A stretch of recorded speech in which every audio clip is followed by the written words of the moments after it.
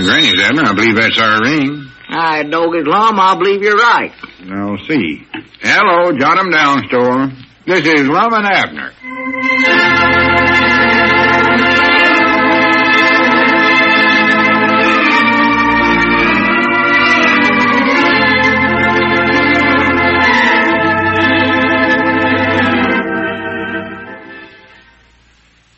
And now, let's see what's going on down in Pine Ridge. Well, plans are well underway for the new museum to display the old articles and relics which have been received from Tennessee. Cards have been printed explaining the historical significance of each item. And today, as we look in on the little community, we find the officers of the museum holding a business meeting. Listen. Well, now, wait just a minute, Cedric. You sit right back down here now. This business meeting ain't over yet. No, we got some important problems to settle up here. We ain't even decided on a name for the museum yet. No, and we ain't figured out how much we're going to charge folks to get into the museum, so just sit back down, Cedric. Well, I've got to get on over to the place, though. I've got some important stuff I got to do this afternoon. It can't be as important as this is now. You're president of our buried treasure company, and we're sort of turning that company into the museum, so I reckon that makes you president of the museum, too. Well, now, wait, Abner. I ain't so sure about that. Huh? We'll take that subject up some other time. I ain't got it quite all studied out yet. Well, leastways, Cedric's a high-up officer in the museum. Oh, yeah, he's that all right. I got my doubts if he's president of it, though. I've sort of got a better man in mind for that job if I can talk him into it. Well, anyway, Cedric, you're a high-up officer, so you ought to take more interest in these business meetings of ours. Well, I take an interest in them, I think. I just can't bother with it right now, though. I've got to get home and shine up my shoes and iron my breeches and I don't know what all. For the land's sakes, what do you got to do all that for, Cedric? 'Cause I'm going somewhere tonight, that's why. Tonight? Yes, Mom. Why, they ain't only place you can go in the evening is just to work over at the war plant. Oh, not tonight, though. I got a night off, and I'm, well, I'd rather not tell you. Boy. Oh, come on, tell us, Cedric. Oh, no. You ain't carrying some girl to a social or something, are you? Well, sort of. I got a date for tonight. A heavy date. Heavy date? Yes, Mom. You mean that big oversized Hobbs girl? No, Mom, of course not. It's Clarabelle Seastrunks who it is. Well, Clarabelle ain't particular heavy. Well, she's stout, of course, but not extra special heavy. I bound you she won't weigh more than 130 or 40 pounds on the hoof. Well, Cedric don't mean how much she weighs, Abner. Heavy dates is just expressions the young'un uses nowadays. Huh? It means that they're going out for an extra good time, I think. Ain't that it, Cedric? Yes, Mom, I think that's it.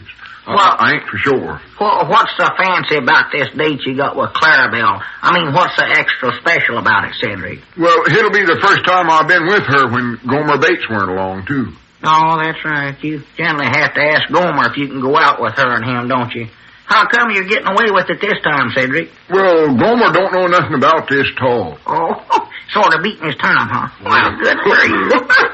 I'm proud to see you doing it too, Cedric. Yeah, it's about time you stand up for your own rights and stop letting Gomer walk all over you the way he's been doing. Yes, sir, that has went on long enough, Cedric. What'd you do, just get mad and call her up and ask her to go with you? No, Mom, she called me up. She called you? Yes, Mom, just about an hour ago. Called up and asked me if I'd come over and get her at 7 o'clock tonight.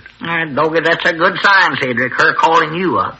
That shows right there who she actually admires twixt you two fellers. Yes, Mom. I'm sure enough in solids with her now. Oh, yeah, that's good news, Cedric. Are you going to take her a present, Cedric? Yeah, you ought to take her something, Cedric. Some little old knock-knick of some kind. Girls just love to get them little presents, you know. A pair of fancy work gloves or a dustpan or something like that. Oh, that reminds me. I want to go somewhere and buy a big basket of fruit with a big bow tied onto it. Yeah, that ought to be nice, yeah. Of course, now, I believe she wants to buy her a fancy box of clothespins. I know she wants me to get a basket of fruit with a big bow tied onto it.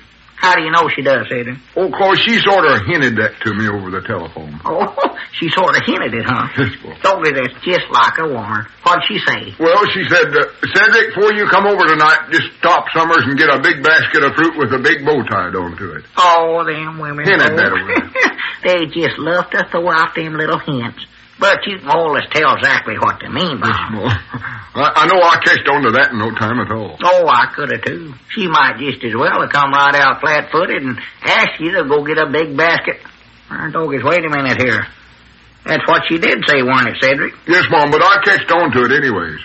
For a boy that don't know much, I'm pretty smart. Now, wait a minute. Now, let me figure this all out again. Now, she called you on the phone. Don't bother with that now, Abner. Listen, Cedric, I'm proud to see you're doing so well with Clarabelle Final, but I still say that us three's got some important business to take care of before you go home. Well, I can't stay here no longer, Mr. Lum. I got to get all fixed up. I want to look my level best tonight. Fact is, I want to look over my level best. Yeah, well, of course, we know you do, Cedric, but you don't need to spend all afternoon fixing up for it. Yes, I do. I want to look pretty tonight. And with me, that takes an awful lot of time. Well, yeah, but... Yeah, I can imagine. On the other hand, Cedric, you just can't ignore the museums this way. The what? The museums. What museum? For the land's sakes alive, Cedric. The one we've been having the meeting about here. The one that you're a high-up officer in. Yeah, for goodness sake, Cedric, get your mind off of Clarabelle for half a second and concentrate on what we're doing here. Do you know what a museum is, Cedric? Mom? Well, just look over there at that whole side of the store over there. See all that? That's all a museum. All that old stuff we got on displays over there with them cards on them there. They're telling about each article, you know. All that stuff there, huh? Every bit of it, yeah. Oh, is that swallertail coat there part of it? Why, of course it is, sure. Oh. You said I was an osprey in the museum, didn't you? Yes, sir, you sure are. Well, then I believe I'll just take that swallertail coat along with me and wear it tonight, then. Wear it? Now, just a minute now, Oh, Cedric. that'd make me look so fancy I wouldn't be able to stand myself hardly. Boy. But, Cedric, you can't take that coat out of the store here. No, of course you can't. No, sir. It's a museum piece. It stays right here. Well, I'll bring it back tomorrow. I just want to borrow it. That don't make no difference, Cedric. Well, wouldn't that just be like taking home a sample, sort of? A sample? Yes, Mom, I know when I worked in the bakery once, they let me take home samples of donuts and stuff like that. Told I never had thought about it just that way. But I never brung them back. Looks like he sort of got us, don't it, Lum? No, it don't either. Cedric, a museum and a bakery is two complete different things. Ain't nothing alike at all. Why, of course, ain't. Whoever here to go into a museum to get a dozen cinnamon rolls or a couple of chocolate eclairs? Well, I sure wished I could wear that coat tonight. I know that much. That's a heavy date I'm going to have. Don't forget that. Yeah, we know that, Cedric. You done told us that. Oh, wait a minute, though. If I'm president of the expedition company, why, then I ought to have the say-so about all that treasury stuff, oughtn't I? Well, what'd you say? Doggone it, I'm going to wear that coat. And if you don't let me, I'll just take everything clean out of the museum. Now, just a minute, Cedric. Now, if you set one finger on any of that stuff, I'm going to walk you... Wait a minute, Abner. Just calm yourself now. Huh? Cedric's right about this. And I reckon it ain't going to hurt none if he wears that coat just one evening, as long as this date means so much to him. All right. I don't even know where it'll fit him or not, though, Cedric. Well, Mama can let it out for me. Yes, you better let it back in again before you bring it back here tomorrow. Yes, Mama. And don't go getting in no fist fights while you got it on, either. If you have to fight, why, be a gentleman and take your coat off first. Oh, I ain't going to scuffle with nobody. Yeah, you might be. If Gomer Bates catches you out sparking his girl, at your girl, well, he's liable to clinch with you. Oh, he won't catch me. He's homesick in bed. Got the mumps. The mumps? Well, the mump, anyways. You just got one of them on one side, so I reckon you just say mump, wouldn't you? Why, sure, if you just got one. So that's how come you figured you could beat Gomer's time, huh? Just waited for him to get sick in bed and then called up Clarabelle. Oh, I never figured nothing, and she done the telephoning. Huh? All I know is I got a big heavy date on for tonight, and Clarabelle done all the figuring. Yeah, that's right. She was the one that done the calling, all right. Well, I better take the coat and get on home, start fixing up a little. Well, now, you be careful with it, Cedric. Oh, say, what's that card pinned on the coat there? Huh? Do I have to leave that on there? Oh, that thing. Why, no, I reckon not. That card just tells all about the coat, what king wore it once, and all that sort of stuff. Wait a minute. Maybe it'd be a good idea to leave that on there. Might be good advertising for the museum. Sort of a walking advertisement, sandwich man. Yeah, well, he ain't walking no Lum. He's driving his car. Ain't you, Cedric? Yes, Mom. Got it all polished up for tonight. Well. Got it all greased, too. Oh, that reminds me, I got to get something to slick back my hair with, too. Doggies, you are fixing up for this date of yours, Cedric. Whereabouts you taking Clarabelle tonight? Well, I'm supposed to pick her up at her place and then drive over to the house next door to Gomer Bates's. Oh, who lives there? I don't know. You don't know? No. Well, what are you stopping there for if you don't even know the people, Cedric? Clarabelle don't want me to stop direct in front of Gomer's house. She said she'd rather walk a few steps and make it look like she was alone when she goes into Gomer's place. Into Gomer's place? What's she going there for? Why, to take him the basket of fruit, natural. She can't just throw it in the window. You mean that basket of fruit that you're buying is for Gomer Bates? Yes, Mom. See, he's sick. Got the mump. He'll enjoy the fruit something wonderful. Doggies, I reckon I've heard everything now. Well, what are you going to do while she's in there seeing Gomer? Just sit and wait for her? Yes, Mom. She said she wouldn't be in there more than a couple of hours or so. Couple of hours? Yes, Mom. And then I get to take her home again. For the land's sakes, Doggies, I'd at least go in there and sit and help eat that fruit, Cedric. That cat's outcaps anything I ever heard in my life. Well, it's the silliest one thing I ever heard of. Spending all day getting ready for a deal like that. Cedric, what in the world do you want to go to all this trouble to fix yourself up so fancy for just to sit in your own car for 2 hours? Oh, 'cause I want to look my level best, that's why. Who's going to see you sitting out there in a car? Well, 2 hours is a long time. Somebody's bound to come walking along there. Well, Cedric, if they do, they can't see you. It'll be dark. I know it'll be dark, but it's like I always say, you never can tell, hardly. Never can tell what, Cedric? You never can tell when somebody's going to come along with a flashlight.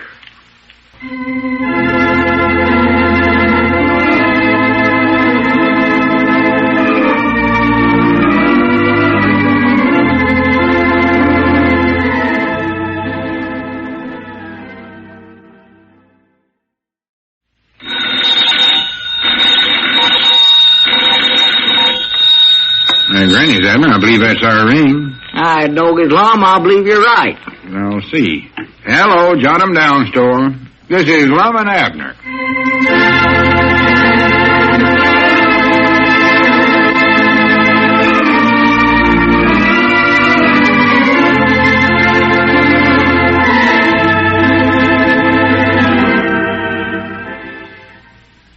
And now, let's see what's going on down at Pine Ridge. Well, things have been progressing so well with the museum, which the old fellows are planning to operate in connection with their store, that Lum is now thinking of hiring some extra help. As we look in on the little community today, we find Lum in the Jot 'em Down store and library answering a phone call in regard to this very matter. Yeah, I did mention we might hire somebody extra here.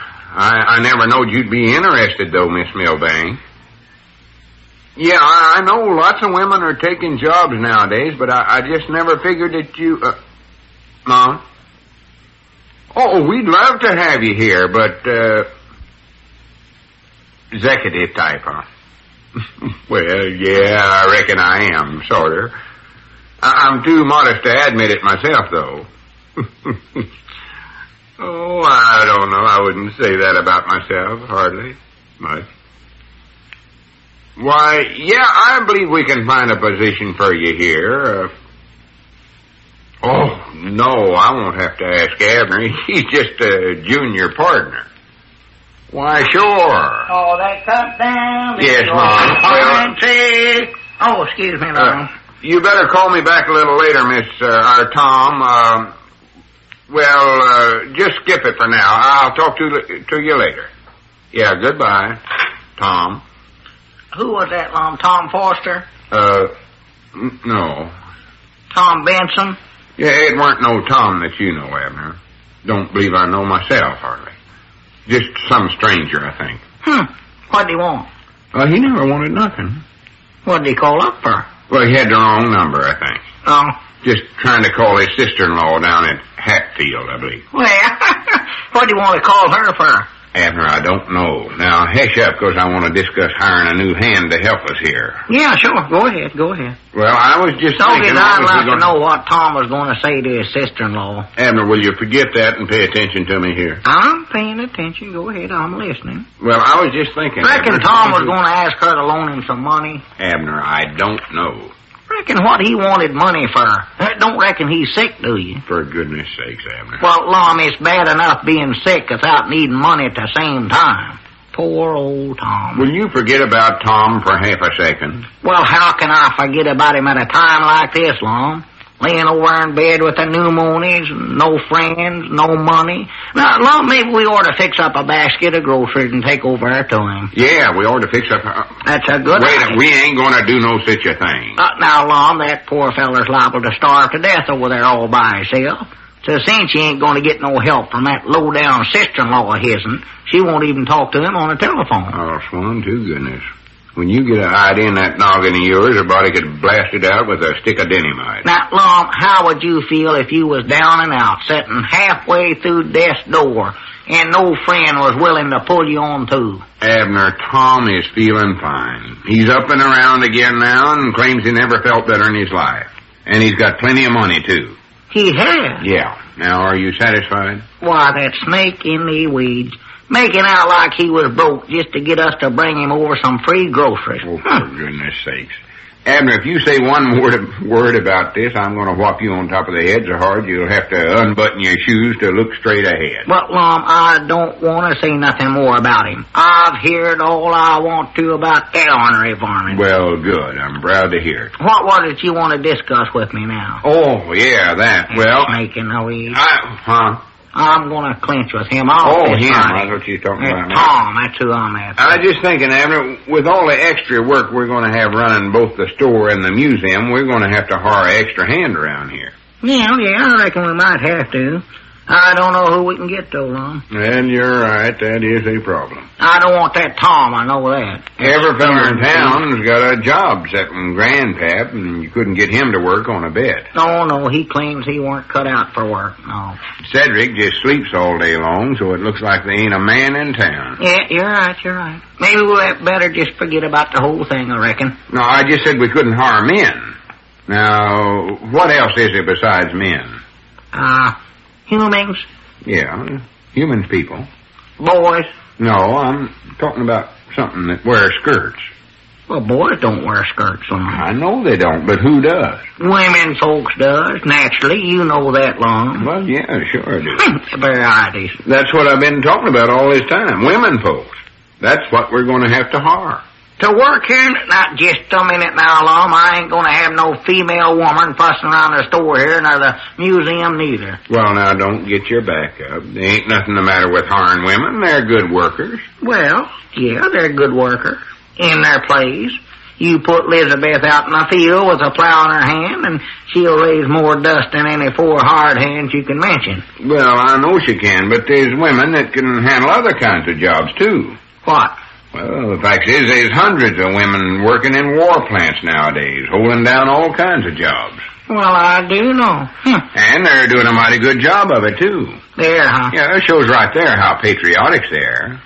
As long as the men folks are all the way fighting, the women know they got to step in and do their work till they get back. Yeah, well, I never had looked at it just that way before, I don't reckon. So I don't see no reason in the world why we oughtn't to hire women folks ourselves. Yeah.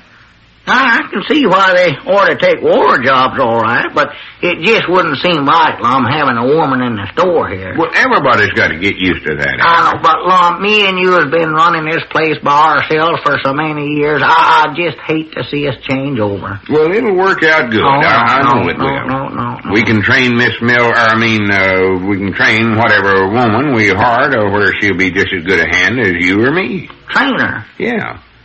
That's what war plants do. Train women, folks? Yeah, they take girls and women without no experience and train them up good and pay them right while they're training them, too. Thought they made airplanes and things. And we can do the same thing. Well, we could train them, I reckon. Learn them how to jump through a hoop and run after a stick and fetch it back to you, but I don't know where that'd help much around the store. No, I don't mean that kind of training. That's for dogs.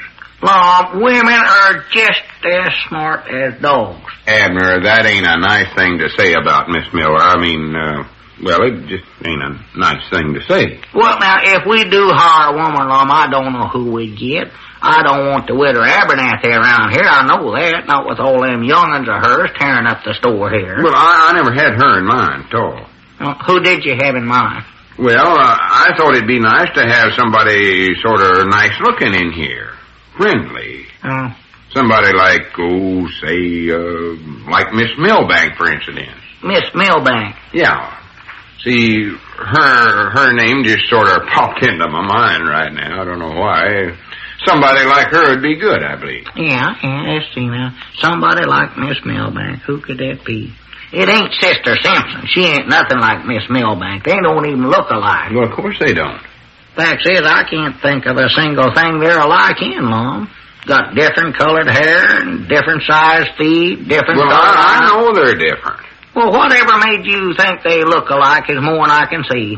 I thought you was kind of sweet on Miss Milbank, and here you can't even tell her from Sister Simpson. Abner, I could I tell always Miss told Milbank. you not to be so bashful around Miss Milbank, Lum. All you ever do is just hang your head when you're around her.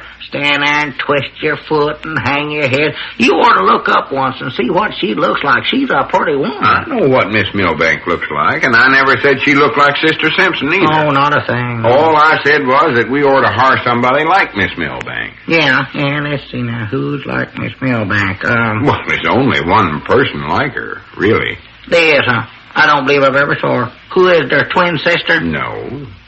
Her cousin? No, it ain't her cousin. Well, it must be some relay if she looks so much like Miss Milbank. No, it ain't no relay. Abner, can't you think of somebody right here in town that's sort of like her? No. About the only one I can think of that's like her is Miss Milbank herself. She looks like herself. Who did you say?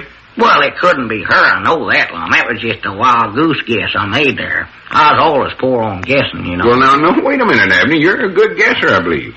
Tell me who you said just then. See if it won't suggest somebody to me. Oh, it weren't no good, Lum. Well, say it again anyway. No. I just got a feeling that you had a good idea there, and maybe you can talk me into it. I'm a awful easy feller to talk you into things. Just like a sack of putty, you might say. Ain't hardly got no mind of my own when it comes to hollering people. Well, I'm glad to hear you admit that, Lum.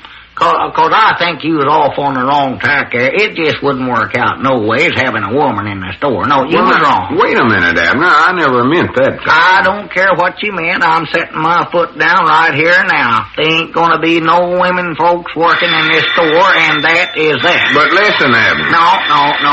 No, sir. My head's made up. This is a man's place, and I'm a man's man. Ain't nothing gonna change my mind. Wait a minute. Telephone rung. Yeah, well, here, I'll get the phone. Pick up the receiver and see for whom the bell's tolled. Yeah, all right. I'll get it. We're going to have to hire somebody. Hello? Might as well be Miss Milk. Jot 'em down, store and library. Abner Peabody doing the talking. Who?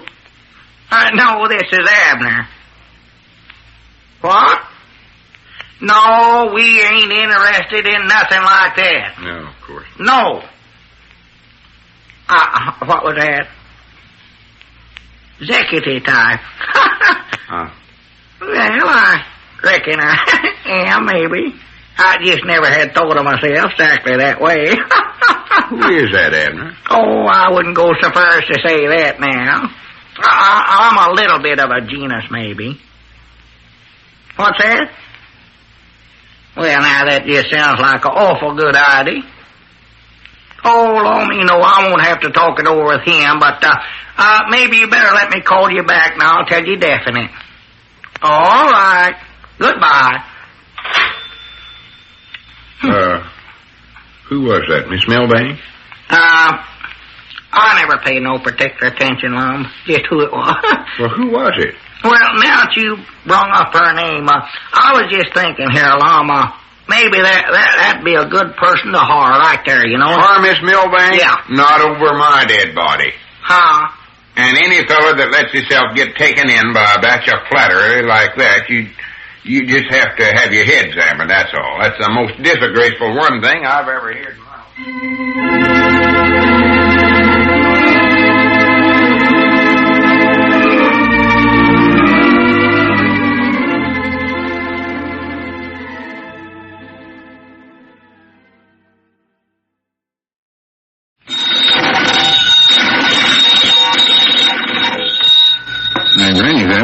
that's our ring. I Doggett Lum, I believe you're right. Now, see. Hello, Jot 'em down store. This is Lum and Abner.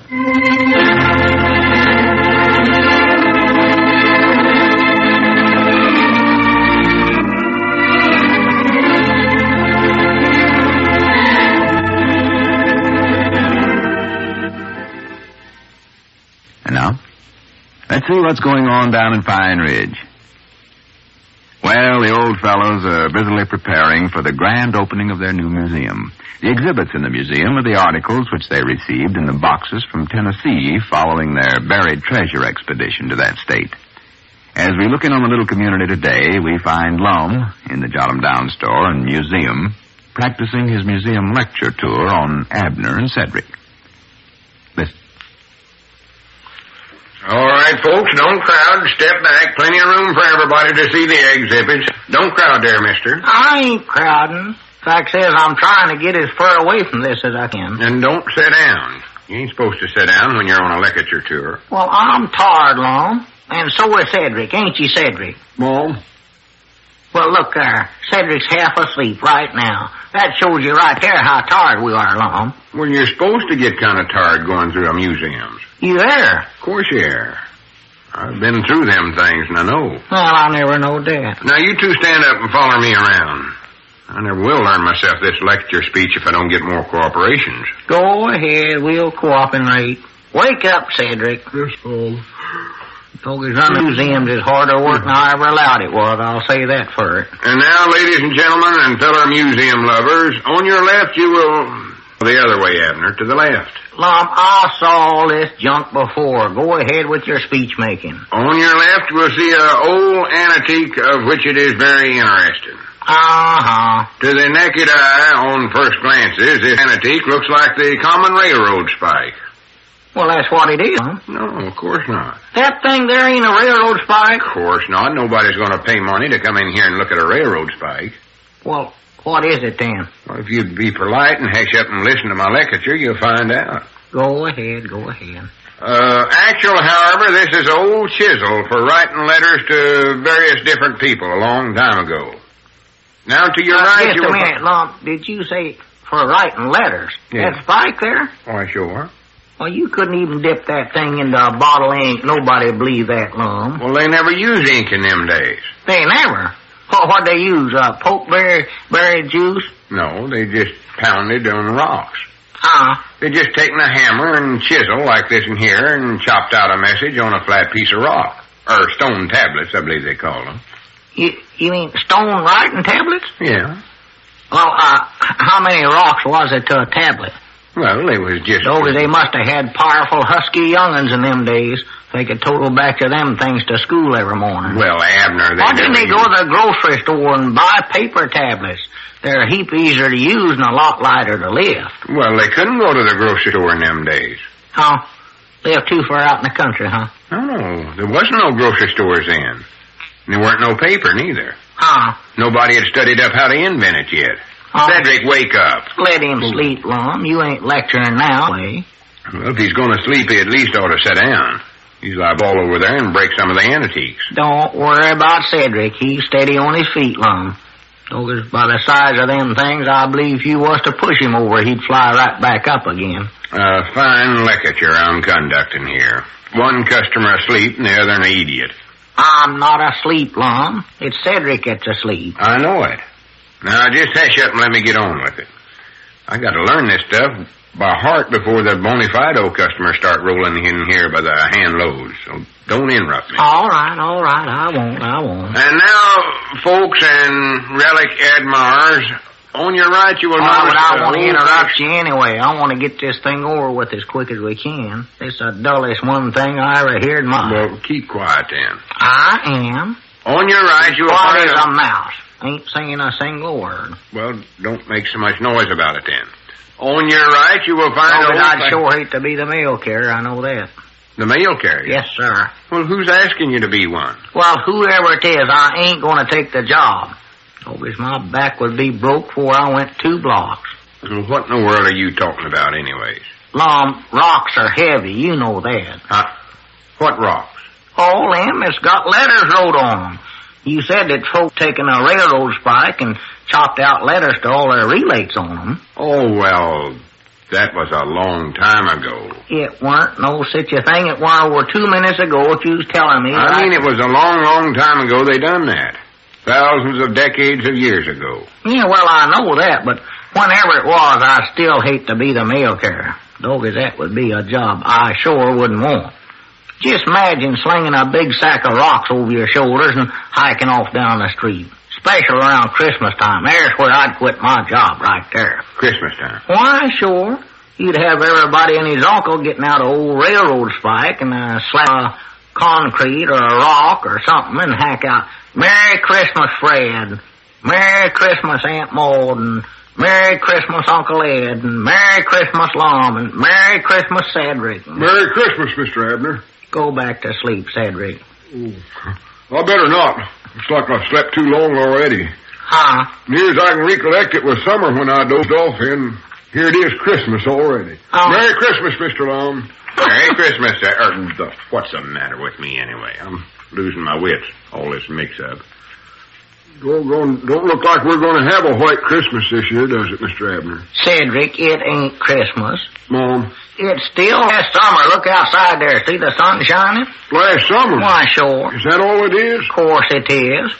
Time sure drags, don't it? Man, it goes faster when you get older, Cedric. Yeah, you're right, it does. No.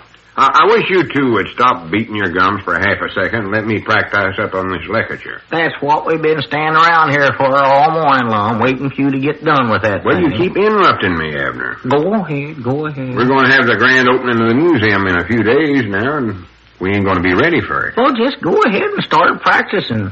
Cedric and me's been standing here all this time just waiting for you to get started. I don't know what you're holding back for. We're ready to listen to it. We're not ready, but we will. You just ain't giving me a chance. That's the reason.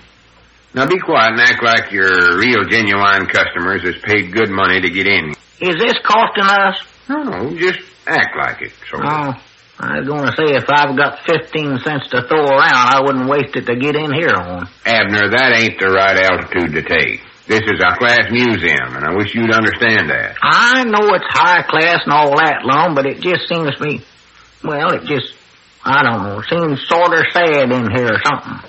Sad? Yeah, just sort of gloomy. Since we got all this old junk sitting around the store here, I just always feel like I ought to sort of walk on my tiptoes in here. Well, that's good. Feel like I'm sneaking through the graveyard or into somebody's old closet. Well, that's exactly the way you're supposed to feel. That's the whole idea of a museum. Museums ain't gay, happy things. They ain't, huh? No, they're sad. You don't go to them to have a good time. Well, what do you go there for, then? For high-class culture, education. You know yourself there ain't no enjoyment to nothing like that. Well, I ain't never been able to see none, I know that. Well, that shows we're on the right track here, then. You see, you're supposed to have the kind of a place that makes folks look serious and stand there with long faces clean down to the knees, and they try to act like they're interested in the antiques, but they keep sneaking sideways glances at the door, wondering how much longer they're going to have to put up with it. Well, I do know. That's exactly the way I feel, but I never knowed that was official.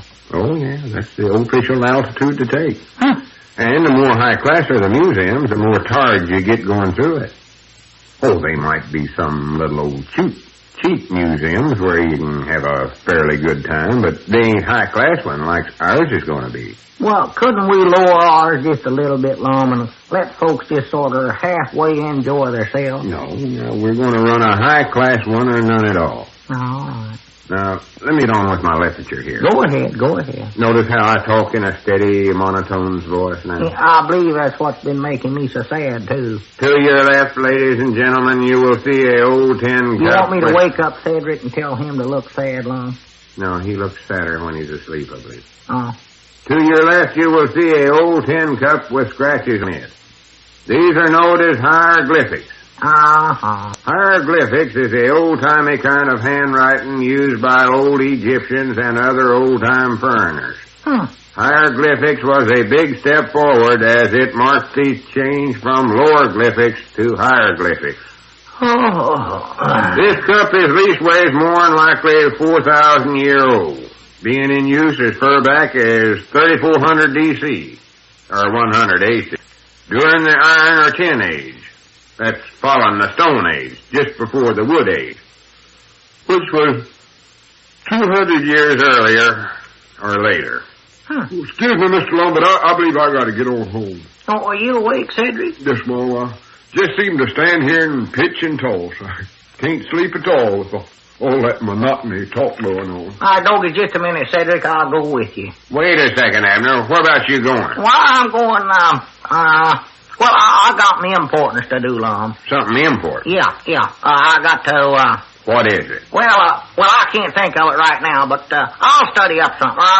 It'll come to me when I get outside. Well, just hold your horses now till I get my hat. Huh? I'm going with you. Going with me? I can't stand this dull, gloomy hole neither. Come on, let's get out of here.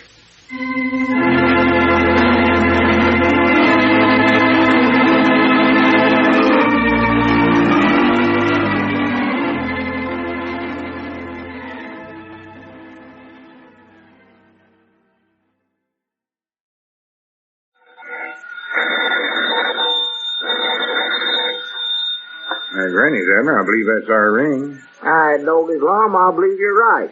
I'll see. Hello, jot 'em down, store. This is Lum and Abner.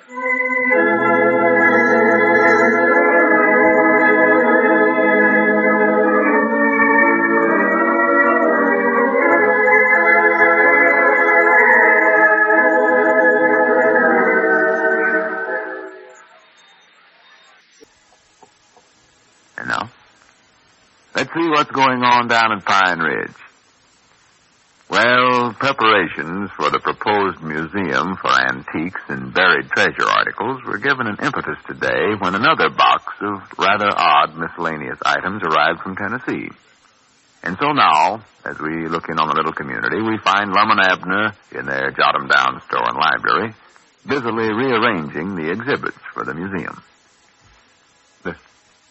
Come on, Abner. We can't get nowhere you sitting there. Well, just a minute now, Lum, before we go any further on this stuff. Why do we have to change all this museum stuff around for anyway? We just got it all straightened out good yesterday. I know, but we got to make room for the antiques. New antiques? I never knowed there was such a thing as an antique. Well, I mean the ones that come in a new box of buried treasure we got from Tennessee this morning. Well, now, law me, Lum, none of that stuff is worth putting in a museum. Abner, if that junk wasn't worth burying in the first place, why, it's good enough for our museum.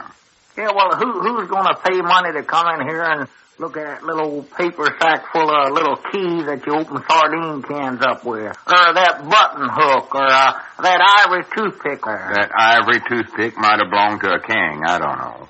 Yeah, I doubt it. It don't look like no king ever owned it. Well, just hush up and get to work. Well, who would want to pay money, Lum, to look at a leather watch fob like that in there with a picture of an Indian on it? Look at that thing. That watch fob is a valuable antique. Oh, prattle.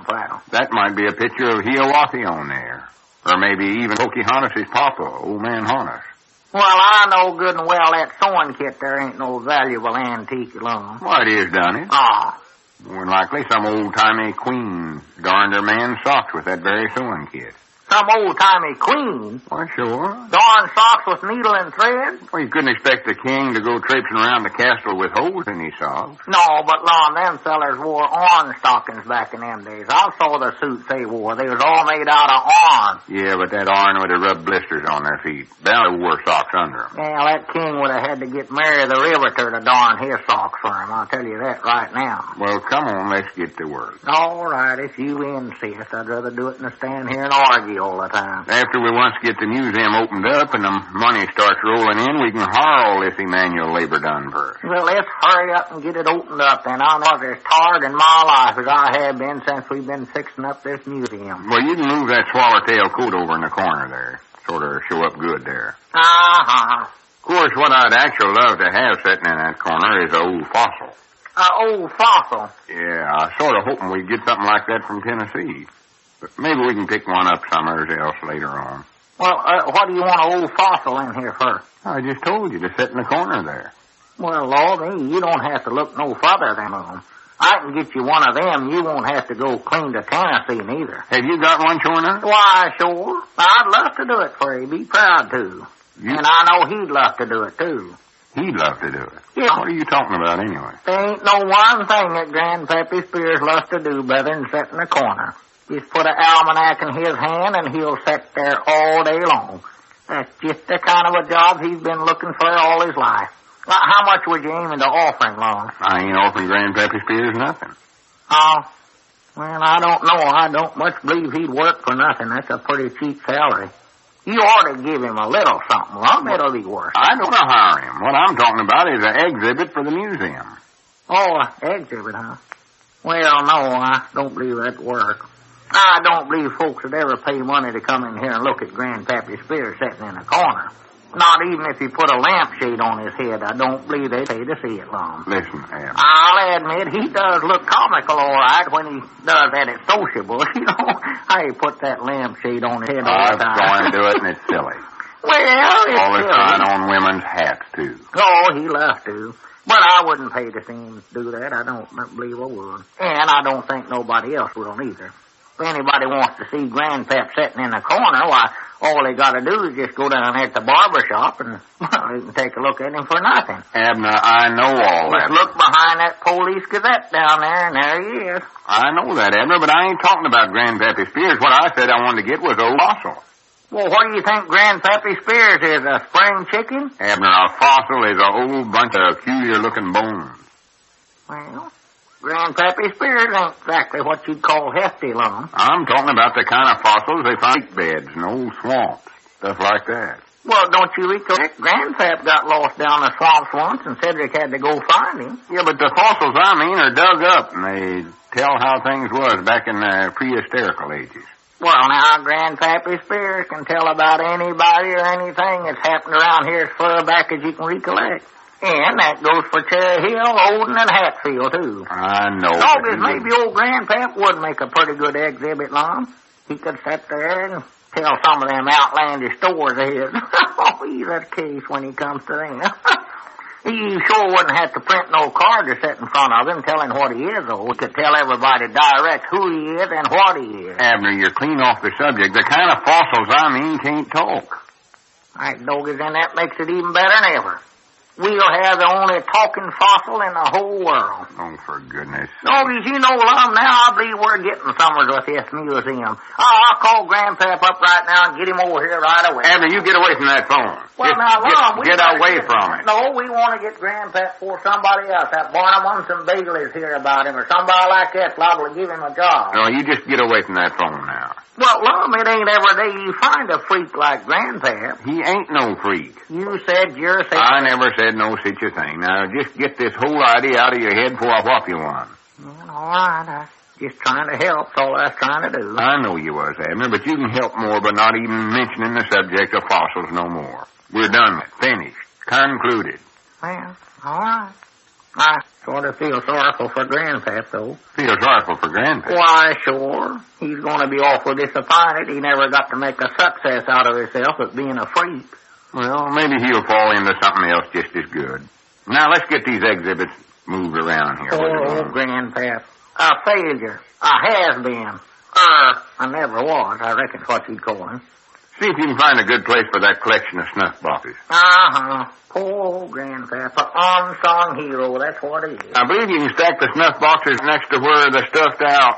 Or wait a minute. Whereabouts is the owl at? Huh? The stuffed owl. What have you did with it? Why, I never done nothing with it. Well, where is it then? I don't know. It was sitting there in its place yesterday, but it ain't there now. No, I seen it there yesterday myself. I Granny's Abner, we've been robbed. Robbed? Yes, sir. I knowed all this treasury stuff was valuable, but I never figured folks would start stealing it. Yeah, but Lum, now who would want to come in here and steal a stuffed owl? Well, it must have been somebody that knowed all about museum stuff. Well, I know if I was doing any robbing, why, I'd head right for the cash drawer and get some money. You can use that. Ain't nothing you can do with a stuffed owl. You couldn't order a meal in a restaurant and then slap an owl down on the counter to pay for it, I know. Well, this must have been some fellers that knowed valuable antiques when they see them. Well, if that's the case, why, how come they never taken more antiques while they was at it then? That is cuter, ain't it? Why, sure. I'll tell you, Lum, maybe it was just somebody, that always wanted a pet owl, but couldn't afford to feed a live one, so just taking ours. Stuffed ones don't eat hardly nothing at all, No, sir, it was a gang of museum robbers, was. Gang? What? I know it was. Gang? Was there a whole gang of them? Oh, yeah, a big gang. There was, huh? We've got to get some heavy padlocks to put on the doors and get Uncle Henry Lunsford to put on his marshal badge and guard the place all night long. Yeah, I'll tell you, Lum, maybe that owl just flew out of here by itself. No, me, he couldn't fly with all that sawdust in him. I had to weight him down too much. Just see now, what could have happened? You better start toting firearms too, Abner. Toting firearms? Well, there ain't no telling what might... Or wait a minute. For goodness sakes. What's the matter? Look over there. Huh? There's that dead-gummed owl sitting on the pickle barrel. Well, for the land sakes. Now, I reckon how that thing could have got over there. Well, you must have put it over there. Huh? Couldn't have walked there by itself. Lum, I ain't even never touched that thing, much less carried over and put it on a pickle barrel. Well, one of us must have moved it there. Well, it weren't me. Maybe I done it myself. I don't know. I don't recollect moving it, though. Huh. A stuffed owl is an easy thing to misplace when you ain't looking. Yeah. Here you want us to start toting firearms. Get Uncle Henry Lunsford to guard the place. It was silly, wasn't it? Why, it was plumb ridiculous. Yeah, you ought to get carried away so easy, Abner. I oughtn't. Yeah, that's one of your main troubles, Abner. You get worked all up over nothing at all. Some little old thing gets out of place, and right away you think you've been robbed. Well, Lum, You're just too high-strung and nervous. Go to pieces all the time. Well, now, listen, Lum, I never said that there was robbers here. See there? You don't even recollect what you said. Just let your imagination run clean away with you. Try to be more steady-minded and level-headed like I am. Yeah, but listen to me just a minute, Lum. Look around you a little bit and figure things out before you go jumping at conclusions and flying off in the handlebars. Well, yeah, I know I do that, Lum. I know I'm high-strung, but what I mean just try to calm down and let's not talk about it no more. Just forget it. Yeah, all right. I could have swore, though, that you was the one that just said... skip it, Abner. I figure you for how you acted, so just don't worry about it no more. Yeah. Now, let's get back to work here. First of all, you can get the owl and put it back where it belongs. All right, I'll get it. Reckon I ought to get a broom and sweep up this glass over here, too. What glass? Well, this glass right here on the floor. I don't know where it come, but look up. Well, I do know. Look at there, Lum. The window's been broke. Window's broke? Yeah, look at there. The lock's been broke off, too. I dog as Lum, I believe somebody has broke in here. So is the world. I grannies we've been robbed. Huh? And I'm glad. Glad? Why, sure. I thought all along we had valuable articles in here, and now I know it. Call Uncle Henry Lunsford and tell him to put guards all around the place.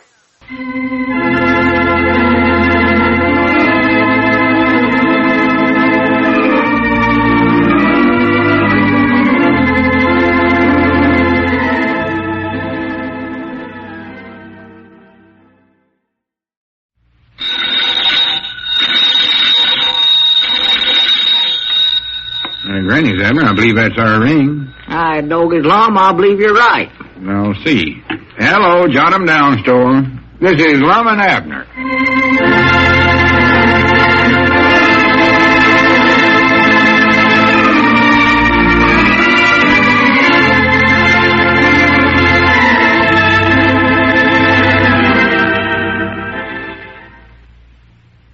Now, let's see what's going on down in Pine Ridge. Well, while Lum and Abner were rearranging their museum exhibits yesterday to make room for the latest shipment of old articles from Tennessee, they discovered that someone had broken into the store the night before and moved their prize exhibit, a stuffed owl. As we look in on the little community today, we find Lum in the Jot 'em Down store and library. Abner is just entering. Well, morning, Lum. Grannies, I'm glad you got here, Abner. I am, too. Hurry up and come on in. Well, what's the matter, Lum? You look like you just seen a ghost. Well, I ain't saw one, but maybe one's been in here. Huh? Listen, when we closed up the store lad and left out of here, whereabouts was the stuffed owl at? The stuffed owl? Why, it was sitting right there in this regular place, and I dog as it ain't there. I know it ain't. But look where it is. Huh? Back there on the pickle barrel again, where we found it yesterday morning. Well, I do know. Did you put that back there, Lum? No. What would I want to do a thing like that for? I tell you, there's something awful mysterious going on here, Abner. I'd give anything to know what it is. Know what? What is? What's making the owl move around that way? Ross Rogers is the only feller I know of that's just crazy about owls. Yeah, him and Mousy, they both love them. Abner, you ain't been in trouble with walking in your sleep lately, have you? Walking in my sleep? Yeah, 'cause I can't find no place where nobody broke in last night. Me and you are the only ones that got keys to the store. Well, now, it weren't me, Lum. I know it weren't. I ain't walked in my sleep since they started rationing shoe leather, I don't think. Well, you don't put on your shoes to walk in your sleep, do you? Huh? You go barefooted. Oh, no, not with my tender feet, I don't, Lum. I've got to have shoes on when I go any place. Well, it's a cinch that somebody got in here somehow and moved that owl. Now, I tell you, maybe feller just climbed in that window he broke night before last. Oh, that's right. Well, no, he couldn't have did that. You fixed it, didn't you? I told you to. Oh, yeah, I dog as long I believe I walked out of here and forgot about that last night, sure to Well, for goodness sakes, with groceries dealing in so many points and the shelves full of them, you walk out of here with a broke window and go home and sleep peaceful? I didn't do it a purpose, Lum. No wonder you walked in your sleep with that on your conscience. Huh?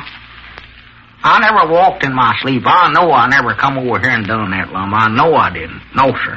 I know I didn't do it. Well, I guess he'd have to break another window to get in the second time anyway. Well, no, not necessarily. The fella could use the same window, or unless there was two of them. Then, of course, you'd need an extra window. You understand that now, Lum? Yeah, I can understand that all right. But what got me stumped is what does the feller do after he gets in here? Why, he moved the owl over there to the pickle barrel. That's what he does. Yeah, but what does he do that for? Well, I don't know. Unless he enjoys moving owls, that's the only reason I could think of. Oh, that's just plumb silly, Abner. There's some deep mystery behind all this. Mystery? The feller that's been doing this has got some interior motive. Huh? He knows something about that owl, and he ain't telling it. Oh. Nobody ain't going to break in here 2 nights hand-running just to set an owl on a pickle barrel and look at it. What's he doing with it, then? Well, that's what we got to figure out. Maybe that owl's stuffed with dynamite or something like that. Diamonds or sapphires or something. Diamonds inside the owl? You mean the owl swallowed them? No, somebody hid them in there. Don't forget the owl was dug up in the buried treasure, so that's more than likely where they hid the jewels. Well, let's open the owl up and get the diamonds out there, Mom. I'd just love to have a batch of them things clinking in my pocket. I tell you, I'll get my knife right now. Now, wait a minute, Abner. Don't go sticking no knife in that owl. Well, how are we going to get the diamonds out if we don't open them up? I don't know, but if that's all there was to it, well, the fellow that's been breaking in here would have opened him up and taken all the jewels the first night. Yeah, doggers, that's right. I never had thought about that. No, I don't believe there's any place on there that a fella could get him opened up. They ain't, huh? Yeah, maybe he's got a zipper on him, Mom. Owls don't have zippers. Yeah, that's right. They're hard to get now anyway. Well, I still don't see why that fella take the owl and set it over there on the pickle barrel and never opened it up. That's what I can't see. Well, there's more than likely some magic way of doing it. Magic way? Yeah, there must be some secret password or some certain way you have to twist his foot or his wing or something. Well, Lum, if the owl's dead, twisting his foot ain't gonna hurt him. That won't make him tell nothing. I know that. I ain't trying to hurt him. I just said that might be a way to make it open up. Oh. I don't say that's the way to make him do it. I wouldn't either. I'm just guessing at it ransom here. Maybe there's some magic words you have to say to it for all I know. What magic word? Well, I don't know what they are. Well, I still think the easiest way to do this is just take an axe and chop that thing open and see if there's diamonds in there. No, now that's the one thing we ain't gonna do. You wanna blow us clean out of here? Huh? That owl's more than likely filled with dynamite, gunpowder. Dynamite? How do you know it is, Lum? Well, if it wasn't, that fella last night would have chopped it open. Doggy, that might be right, you know it? Well, sure. Whoever buried that owl in the first place studied this whole thing out careful. And we got to be careful with it, too. Oh, sure. Fact is, I don't believe that's a safe place for it to be sitting there on the pickle barrel. Yeah, better put it back where it belongs, Abner. Oh, no, sir. I ain't gonna touch the thing. I don't want to get my head blowed off. Well, you won't. All you have to do is just carry it about 10 foot there. Yeah, but you know how Norris I am, Lum. Going around, drop thing I pick up. I'm the worst butterbeers you ever seen in your life. No, you ain't, Abner. You're dainty. Yeah, I'm not neither. I'm the clumsiest one feller in Polk County. Special when I'm carrying dynamite. I just can't seem to handle it at all. You better carry it, Lum. Well, now that I think about it, I believe maybe that pickle barrel is about as good a safe place for it as any. Oh, yeah, that barrel is sturdy. You better leave the owl where it's at, Lum. Yeah. It ain't a good idea to move the body after a crime's been committed, no ways. Oh, no. Worst thing you could do. Worst thing in the world you could do. No, we don't want to get our fingerprints on the owl anyway. I don't even want to get my fingers on it. Lum, let's get out of here and get hold of Uncle Henry Lunsford and have him surround the place. No, now, wait a minute. Let's not out of here half-crazy. I'd rather rash out by myself than to be blowed out by a hoot owl, I'll tell you that right now. Well, let's try to figure this whole thing out scientific. Sort of reconstruct the crime. Do what? All I want to do, Lum, just get as far away from it as I can. Well, now, wait. There's more likely a big fortune inside that owl if we can just figure out how to get to it without getting ourselves hurt. Yeah, that's what I want to do. Now, let's just follow things through step by step. Step by step? Yeah. Get a pencil and paper and write down what I say. Pencil and paper? You mean you're going to write to the owl? Oh, no. I just want to get all the facts of the case down in black and ink so I can study them more. Oh. First of all, we'll call the feller that broke in here X. X? Mr. X. It's a pretty silly name.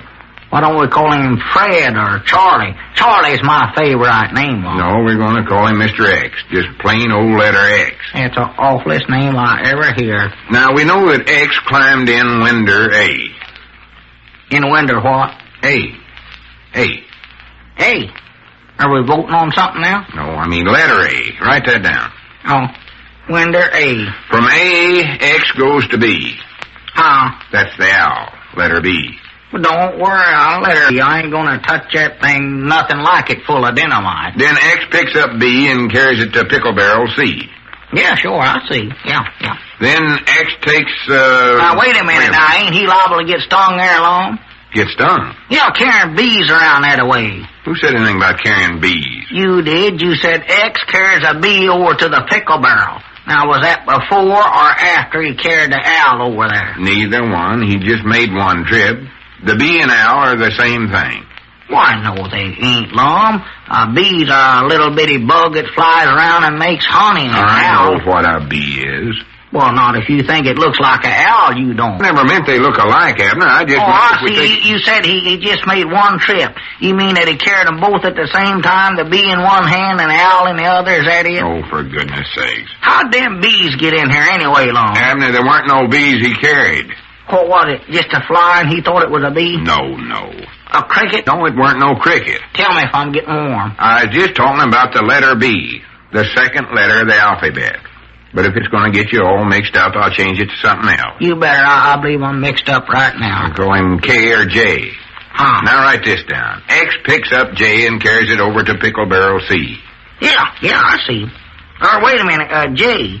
Is that what he's carrying, a jaybird, and he thought it was a bee? Oh, Swan, do goodness. So, because that feller needs glasses, Lum. He can't see good at all. Abner, he can see just as good as me or you. He can't see as good as me, Lum. He can tell the difference twixt a bee and a jaybird or owl or a meadowlark or any other kind of a bird. Meadowlark? Was he carrying one of them, too? Oh, for goodness sakes. Doggies, he must have had his hands full. You know, Lum, that feller ain't only got bad eyes. I believe he's a little touched, too, you know it? Well, there's somebody in here that's touched, but it ain't that feller. Who is it, then? The meadowlark? No, you goose. Now, just calm down. Goose? Law me, is there a goose running around in here, too? A touched goose? Oh, me. First we got birds and bees and bugs and flies and crickets and owls and that. Abner, will you hash up and just write down what I say and don't make no remarks about it? All right. Now, put this down. Man X enters window A, carries owl J to pickle barrel C, and... Now, wait a minute, just a minute. Just stop right where you at, Lum. I believe I've got a better idea. A better idea? Yeah, listen to this. Abner Q gets hat W and goes out front door M to get out of this bird barn H and go down to the barber shop K where he can mingle some human beings D instead of a batch of crazy insane birds and bugs E. Abner, you come back here. Goodbye, XYZ.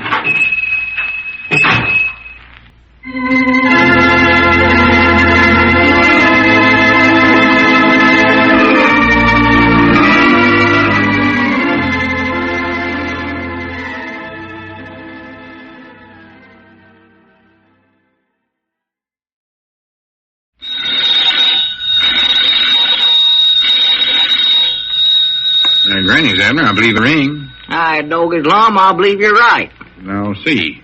Hello, jot 'em down, store. This is Lum and Abner.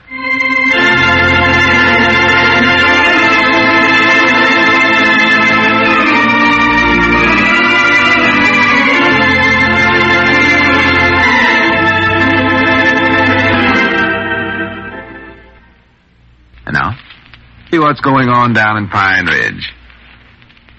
Well, Lum and Abner have postponed the opening of their museum while they try to solve the mystery of the roving stuffed owl. For the third time now, someone has apparently entered the store at night and moved the owl from its regular place in the museum exhibits. As we look in on the little community today, we find Abner in the Jot 'em Down store relating the facts of the mystery to Grandpappy Spears.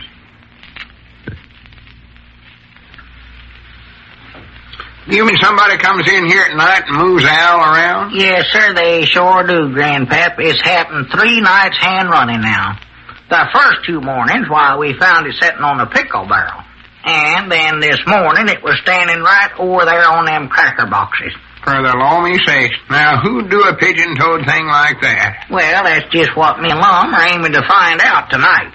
Tonight? Yes, sir. We're going to get some clubs, a baseball bat, and some firearms and hide in the store here, and then I doggies will catch that varmint. Varmints, I reckon it is. Lum thinks it might be a whole gang of them. Whole gang? Yes, sir. Oh, sassafras. Well, that might be. Prattle, prattle, and pish-posh. Wouldn't take no gang of fellers to move one little old owl clean around the store here. Well, that ain't no one little old owl, old Grandpap.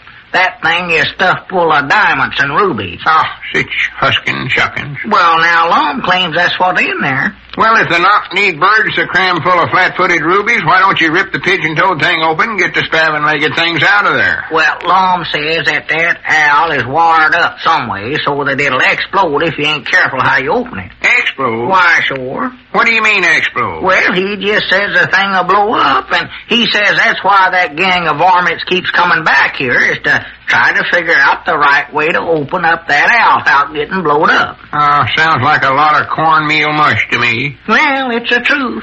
Yes, sir, I recollect one time a feller I know, name was Orlo Wormley. Grandpap, I don't want to hear about Orlo Wormley right now.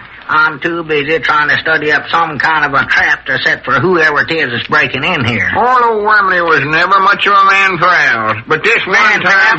why don't you come over here with us tonight? We're going to need all the hands we can get for no telling what we're going to run into. No, I don't believe I can make it, Abner. Orlo Wormley... Why don't you come on with us, Grandpap? Might be exciting, you don't know. No, I gotta get a good night's rest, Abner. Gotta be on my toes for tomorrow. Big day ahead of me. Now, what have you got to do? It's all for the importance tomorrow. I gotta be on my toes. You said that, but why? Gotta be on the ailers. Cool and steady eye, ready to meet all emergencies. For the land. Now, what is it that's coming off tomorrow? Well, you know, Abner, I deliver all telegrams that comes into Dick Huddleston's place down there. Yeah, I know that, Grab. And you never can tell. A telegram might come in tomorrow, so I gotta be on my toes. Is that all that's troubling you? Why, law me, there ain't but 2 or 3 telegrams comes in down there during a whole year. Why, one come in just last January, and I weren't there to deliver it. Never felt so cut up about anything in my whole life. I just got to make good on my next one. All right, doggies, Grandpap, I think you're just scared to come with us tonight. Scared? Yes, sir, that's the whole thing right there. You just ain't narve enough to come over here in the dark and stay with us tonight. Ain't but narve enough? No, sir, you ain't got narve enough to do it. You're just trying to get out Don't tell me I ain't got narve enough to do nothing. No. You little chopped down, sliced off critter. I got more narve than a riled up hungry wildcat with red pepper sprinkled on his snoot. All right, if you're so brave, why don't you come with us tonight? Of course, I think you're going on a wild goose chase, that's why. There ain't nobody coming in here at night. All right, then, just tell me this. Who is it that's moving that owl around? A ghost? No, it's getting over there by itself, natural. That is a stuffed owl. It's filled up sawdust. How do you know it is? Well, I just, Have you saw the sawdust with your own eyes? That's what I want to know. Why, no, we ain't actually saw it. Well, we're just afraid to look inside of them because we're afraid we'll get blowed up. All right, then you don't actually know he's a stuffed owl then, do you? Well, no, but He ain't alive, I know that much. Well, honey, that's what I'm driving at. Because, well, I don't know. He just don't act alive. He don't walk around or anything and ever get... Don't give a hoot about nothing, huh? No, well, he ain't hooted since he's been there. Well, owls never do none of them things in the daytime. They do all their flying. Dogies, wait a minute. That's right, ain't it? Why, sure, them things are as blind as a bat during the day. Huh? Can't see nothing. No. They just find a place to perch when daylight comes, and you look at them, you swear they're sure enough dead. Yes, sir, that's right, Grandpap. That sure is right. I recollect one time Mousy Gray showed me an owl sitting in a tree one afternoon. One of them pet owls that Mousie's always hooting at. Well, let me tell you about Orlo Wormley. I don't want to hear about Orlo Wormley. Interesting. Well, I don't care. I don't want to hear about it. I'm talking about Mousy Gray's owl. Oh, well, tell me about Mousy's owl. Well, I just said it sat there during the daytime, never moved, never done nothing. I thought sure as the world it was dead. Oh, they'll fool you. Them things are just a bat in the daytime. Blind as a bow-legged bat. Yeah, but then, see, I poked the owl with a stick, and he was alive. He was, huh? Yes, sir. He turned his head so far around, I feared there he'd unscrewed it clean off. Sure. Blind as a bat. I recollect one time Orlo Wormley had trouble with his eyes. Oh, I still don't believe this owl of ours, though, could be alive, Grandpap. He just couldn't be. Well, he must be. It's during the night time when he does all this moving around, ain't he? Well...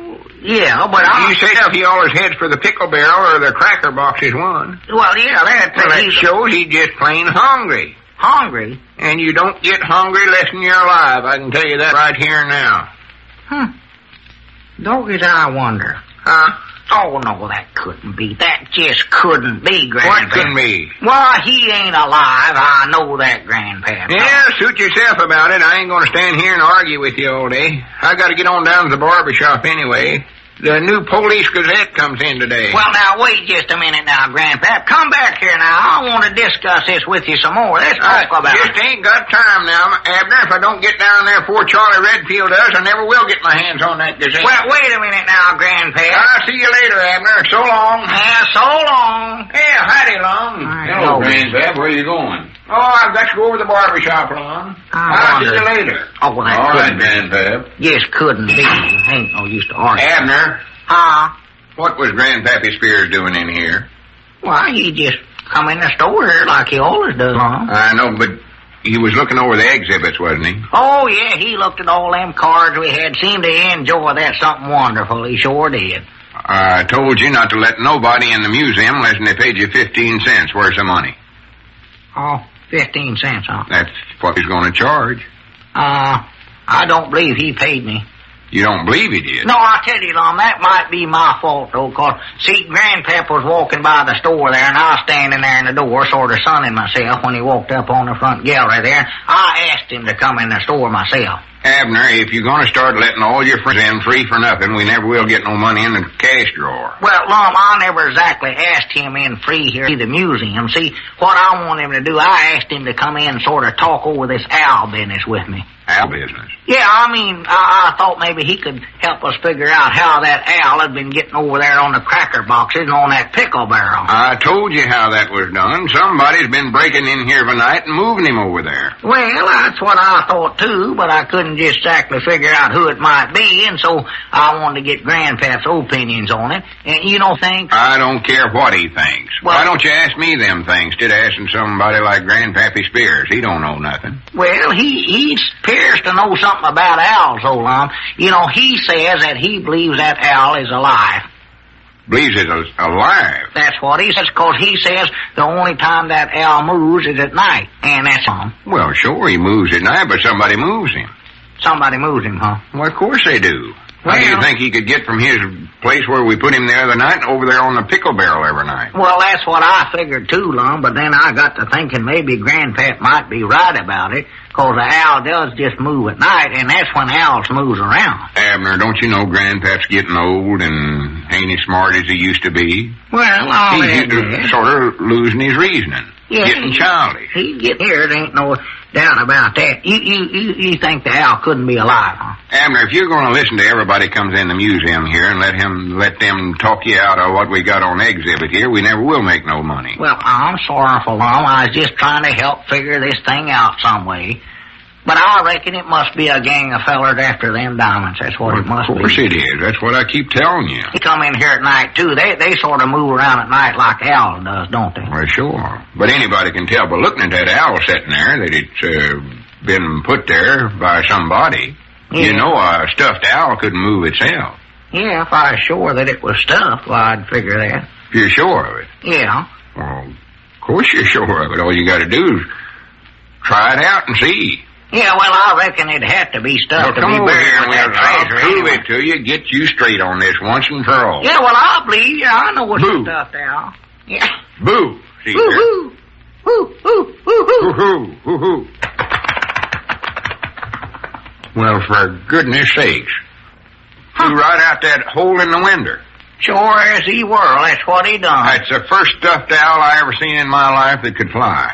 Stuffed owl. Why, sure. Did he fly off with all them diamonds and rubies, Lum? One, do goodness. Use the one that scared him.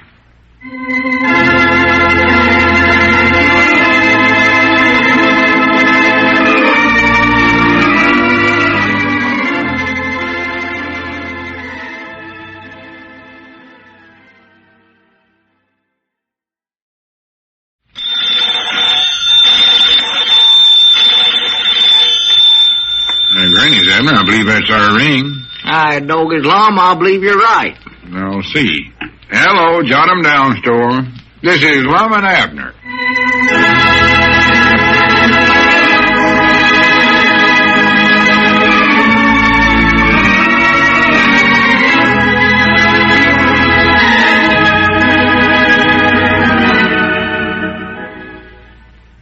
Now, let's see what's going on down at Pine Ridge. Well, last night, Lum and Abner, armed with clubs and a baseball bat, took up positions around the store and waited for the marauder who'd been breaking into the museum every night. Lum was the principal casualty of the fracas. As we look in on a little community today, we find Abner heading toward Lum's house as he meets Grandpappy Spears on the street. Yeah, for the Longme's sakes, Abner, what are you doing over here by Lum's place? Oh, howdy, Grandpap. I was just going in to see how he's feeling. Yeah, how he's feeling. Yeah. What's the matter? Is he sick? Well, no, not exactly. He sort of had an accident last night. He got whopped on the head a pretty good one with a baseball bat. Well, I do know. Hadn't heard it. Who No. whopped him? Huh? I say, who whopped him? Oh, me. You? Yeah. Jiminy, when are you and Lum going to grow up and stop fussing at one another? You're both going to get killed dead if you ain't careful. Well, I never done it a purpose. It was an accident. I thought I was hitting a robber. A robber? Yeah, see, last night me and Lum don't steal. You ought to know that. I know he ain't bad about the Grandpap, but it was an accident. I never said he was. I thought he was a robber. Last night, me and him snuck down the store to try to catch one that was breaking into the museum every night and moving stuff around in there, especially that stuffed owl. Oh, yeah, he told me he was aiming to do that. Yeah, well, Lum give me the baseball bat and told me to guard the window, and he went around in back to guard the feed room door back there, and, well, pretty soon I heard somebody sneaking towards me, so I just up and hit him. And it was Lum. It was so dark there, I couldn't tell it was him. Well, why in the world didn't you find out who it was before you went swinging that bat around like a pigeon-toed windmill? Well, I weren't taking no chances, Grandpap. And besides, Lum told me if I seen anybody suspicious looking to hit 'em, so I done it. Well, what did Lum do to you then? Well, he don't know it was me yet. I don't think. He don't, huh? No, see, me and Mouser Gray loaded him onto that hand truck we got in the feed room and hauled him over here to his place and put him to bed. Well, I'll be a monkey stabbing legged off. Well, why don't you come on in here with me and see Lum, Grandpap? Yeah, to see the poor Oh, old yeah. duffer. Yeah, help cheer him up. I just wished we had a nice big basket of fruit to carry in there to him. Fruit, huh? Yeah. Yeah, me too. I'm hungry. I couldn't hardly eat breakfast this morning at all just for worrying about poor Lum. Yeah, well, I ain't hungry, but I always like to have some fruit and candy to sort of nibble on whenever I visit somebody that's ailing that way. Yeah. Gives you something to do while you're sitting there. Oh, sure. Recollect now, Grandpap. Don't tell him it was me that hit him now. No, I won't. If he ever found that out, he'd skin me alive. I know he would. Yeah, he'd tear you limb from tree, and I wouldn't much blame him neither. Now, don't say that, Grandpap. It weren't my fault. Well, I don't know who else's fault it could have been. Sure it wasn't Mousy Gray's fault. Wait a minute. What was Mousy doing out there? Was he helping you guard? No, Mousy turned out to be the robber. Mousy? Yeah. Well, he weren't exactly a robber, I don't reckon you'd call him. See, he just come in up out there after I hit Lum, and he had the stuff there with him, and so he just confessed the whole thing to me. Told me that he was just boring the owl every night. Now, what would a body borrow a flat-footed thing like that for? Stuffed owl. Mousy claims he's a bird lover, and he was just using it for a decoy to fetch out a batch of live owls so he could sort of study their habits, he said. Their habits? That's what he said. Like smoking and chewing and staying up late and biting their fingernails and that stuff? I don't know what kind of habits. I never asked him. Come on, let's go inside and see Lum. He might be suffering something wonderful in there. Yeah, we better get in there. Reckon we ought to knock first? Oh, no, ain't no use. He's more likely still sleeping anyway. I know he slept all the way home last night. Fact is, he never said a word after I slugged him. Maybe he was mad at you. He might have been. Come on, let's go inside. Recollect now what I told you, Grandpap. Yeah, I won't tell him. You walked him, I won't. Hello? Anybody home? Oh, who is it? Uh-oh. It's me, Abner, your true friend, Lum. Oh, come on in the bedroom. Doggies, he don't sound so good, you know what, Grandpap? He don't sound good. No, but at least he's alive. That shows right there he's in better shape than I expected to find him. Yeah.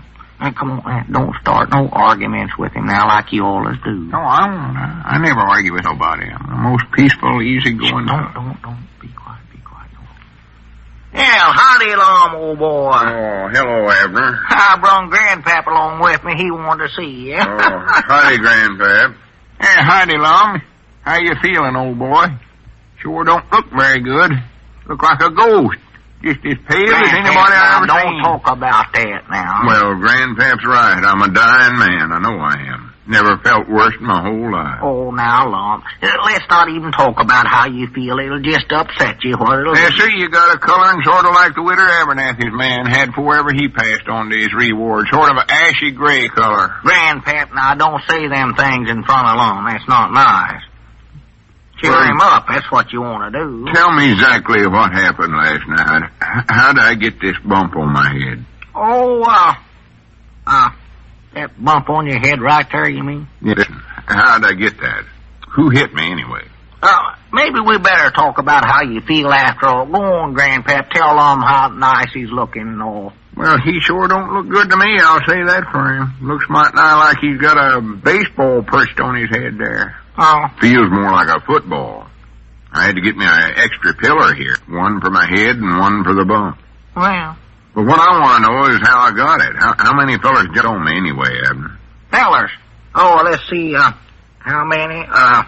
It was awful dark out there, Lum. I know it was, but you must have saw him there, because as near as I can recollect, I was jumped on just where you were standing at. Yeah, I believe you was, just about. Lum, you want me to fix you some hot milk or something for you to eat? No, I ain't hungry.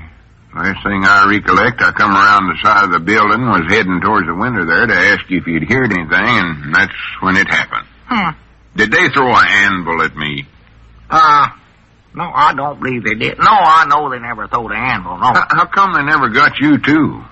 Look like you got a scratch on you. Well, I'm pretty quick on my feet, I reckon, when it comes to something like that. I'm a hard man to catch, Lum. Wait a minute. You mean you just run away and left me there to fight it out with all them big ferocious museum robbers? Well, no, I never... You had a baseball bat in your hand. Why didn't you use it? I used it, sorta. I mean, why didn't you hit somebody with it? I did. I hit somebody. Yeah, it looks to me like you done a good job of it, too. Grandpap, now. Who was the feller you hit? Was it anybody you recognized? Well, let's see. I got an awful poor memory for such things as that. Faces and all, you know. How big was he? Oh, he was, about your size, I'd say. Oh, he must have been one of the little ones then in that gang. He must have been one of the littlest ones, because whoever hit me was a giant, I know that. Did all the rest of them get away? The rest of them? Yeah. You caught that one feller you whopped, didn't you? Oh, I believe he must have got away too, I think, Lum. Now we'll never know who was breaking into the museum. Are you sure you didn't get a look at the one that hit me? Lum, I believe you better not talk no more. You're an awful sick man. You're right, I am. Oh, yeah.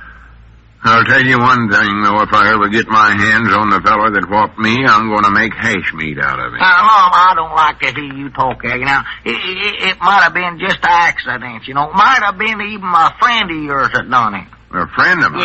Yeah. A fine friend sneaking up behind me and clubbing me half to death. He's a coward, that's what he is. Oh, no, he ain't, Lum. He's an awful nice fella. He's low down ornery varmint. Someday I'm going to find out who he is and smash him into little tiny bits. Oh, my goodness. Going to pulverize him into little atomites. Now, Lum, you just got to stop talking now and take it easy. Don't forget you're a dying man here. Yeah, that's right. Yeah, you take it easy. What did talk. Doc Miller say about me? Does he think I'll pull through it all? Doc Miller? Yeah, you called him for me last night, didn't you? No, I never called You him. never? Oh? There I was with my head split clean down to my ankles, and you never even called the doctor. I asked if you want me to get him, and you never said yes. Fact is, you never even answered me. Well, how could I? I was subconscious. Oh? I thought you'd mad at me just sulking there. Granny's a fine partner you turned out to be. Here I am with a triple fractures of the skull and concussions on the brains, and you just ignore me. I brung you home and put you to bed, didn't I? Yeah, and left me here to die. Get on the phone right now and call Doc Miller.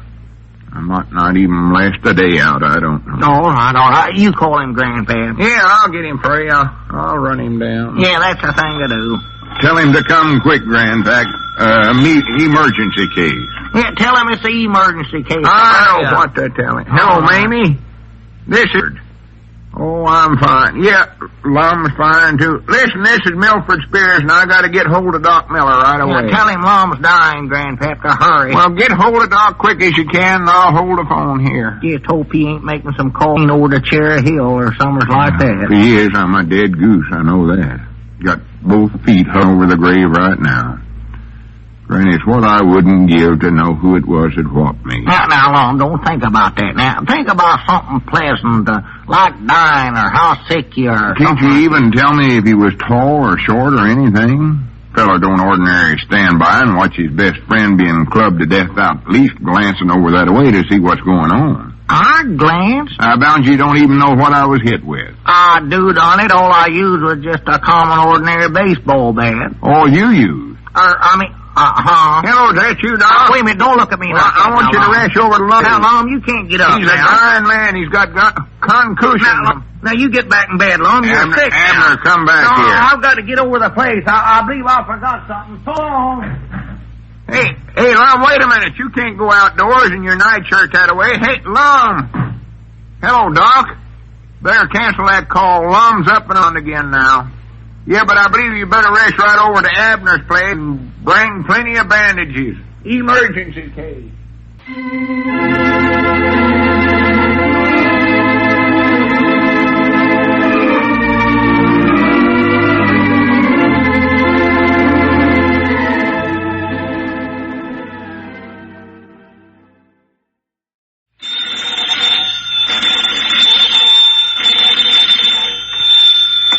I believe that's our ring. Aye, Doggies Lum, I believe you're right. Now, see. Hello, jot 'em down, Stone. This is Lum and Abner.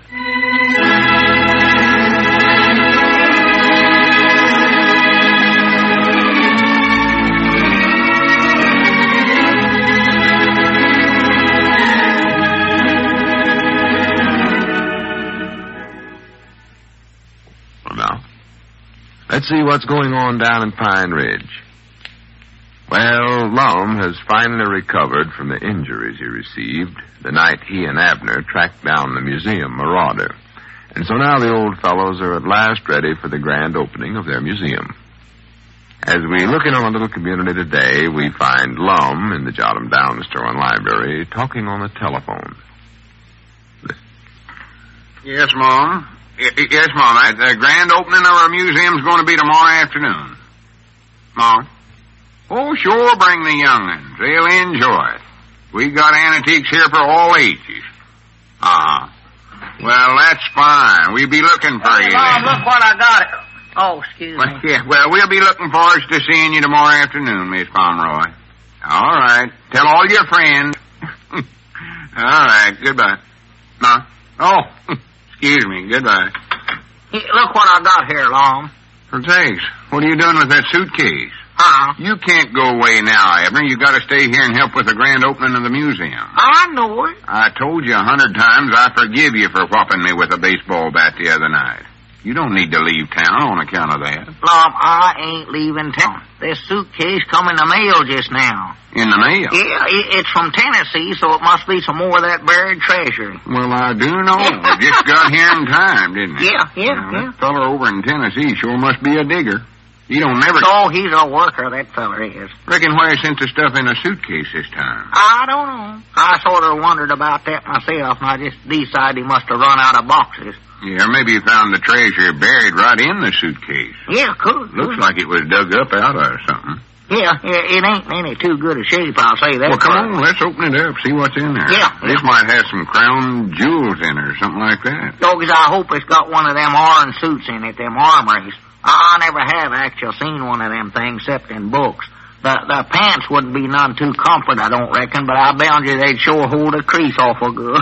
Wouldn't have to iron them very often. They're done iron. Well, they don't wear them around town, Abner. They just wear them fighting them dragoons and stuff. They do, huh? Hey, let's get this thing open. We can talk I wear mine all the time. That's what I do. Catch is kind of rusty. Huh?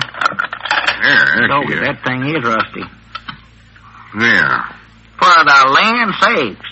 That thing sure is stuff full, ain't it? Oh, yeah. That king sure must have owned a lot of stuff, you know. Oh, kings owned anything they wanted to, just anything at all.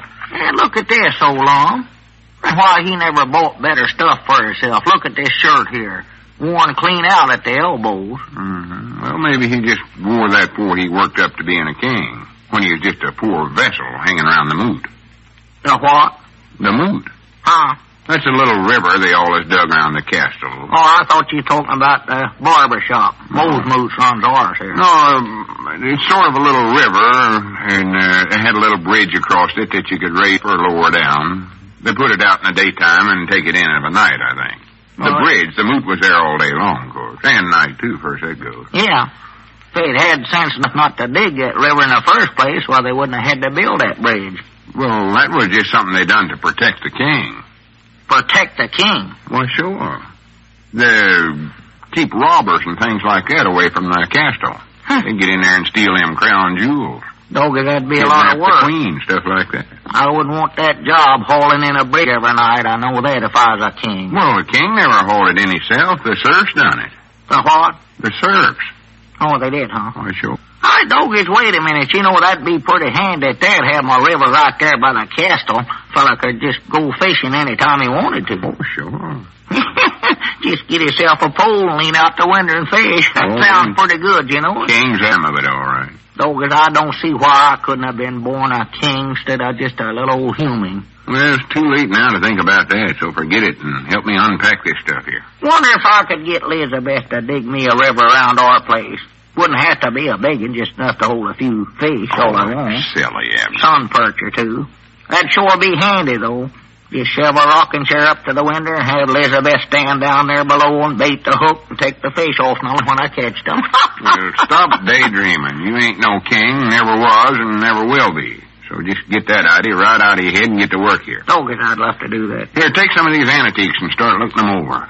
Wonder if it'd be better fishing out of a upstairs or a downstairs window. Abner, I said forget that. We got to get everything in shape for the grand opening tomorrow. Yeah, I know it.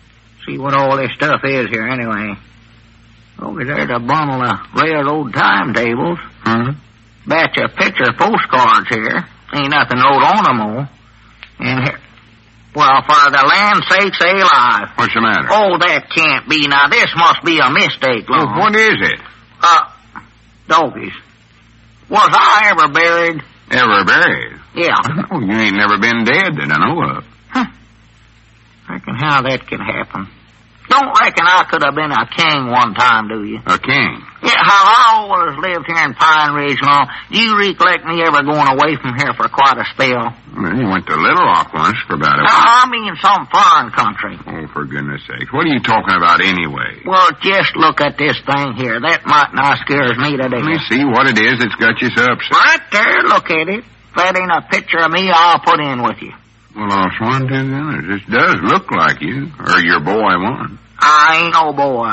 Doggies, that there is a picture of me, Abner Peabody, as sure as the world. Well, that couldn't be, though. Now, Lum, I know myself when I look at me.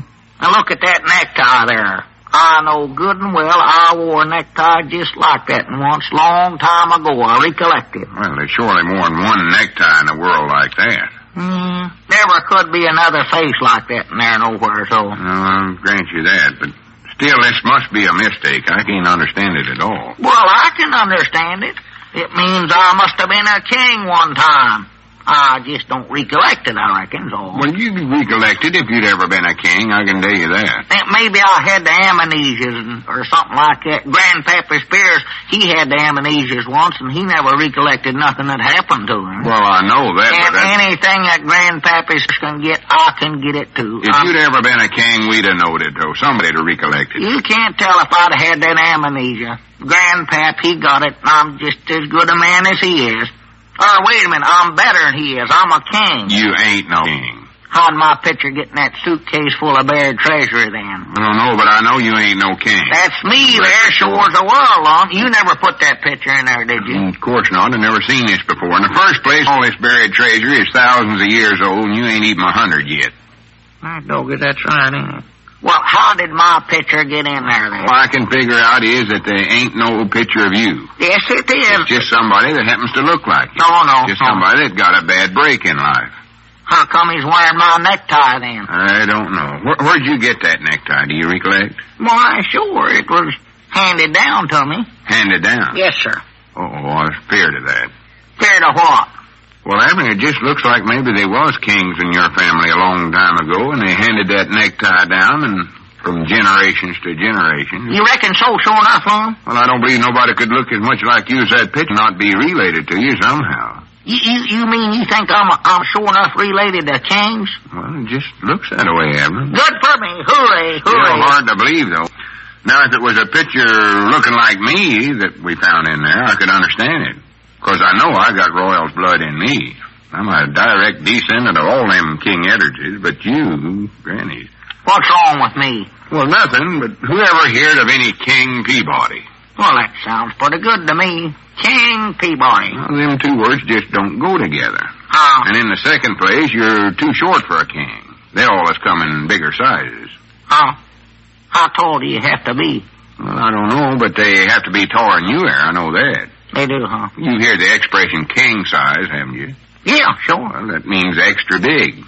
Don't mean no little sawed-off short fella like you. Well, I'll look taller when I get my crown on. I'll have the queen make me a good high one. That'll make me tall. The queen? Yeah, Elizabeth, my woman. She'd be a queen now, wouldn't she? Doggies, wait a minute. That proves I'm a royalty right there. What proves what? Queen Elizabeth. Don't you get it?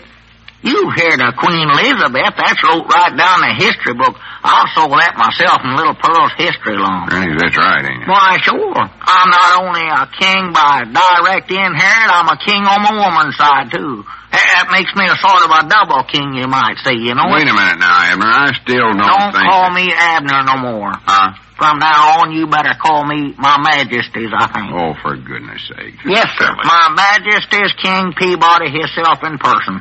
That's what I want you to say tomorrow when you introduce me at the grand opening. Introduce you? Why, sure. I'll be the main attraction, won't I? All the antiques and all that treasury junk we got here belongs to either me or my old King Relay one. Well, now, hold on a second. I want you to hire a couple of them cornet players, Lum. I saw pictures of them. They always blow music every time that the king comes out or goes in. Now, listen here, my majesty. And don't talk back, Knave. Knave. Yeah, I don't want no back talking, no kind from none of my little old no-count, common, everyday subjects. Well, I'll swan to goodness. All I'm going to do from now on is I'm just going to wear my crown and servants wait on me hand and feet. Going to ride around in a gold car when I ain't leaning out the window. Get the phone there, Knave, before I chain you up and throw you to the line or something. It's the most disgusting thing I ever got in. I wished I'd have found out I'd a king along. John 'em down store, library, and museum. Knave, Neil Eddard's talking.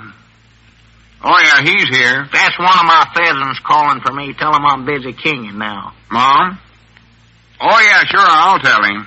One of my slaves, tell him I ain't in long. Yes, Mom, right away. Throw him a crust of bread. All right. Goodbye. Who was that, surf boy? That was the Queen. Huh? She wants your Royal Highness to get his majestic self home and clean out the Imperial stovepipe before she whops you on your Royal Knoggin.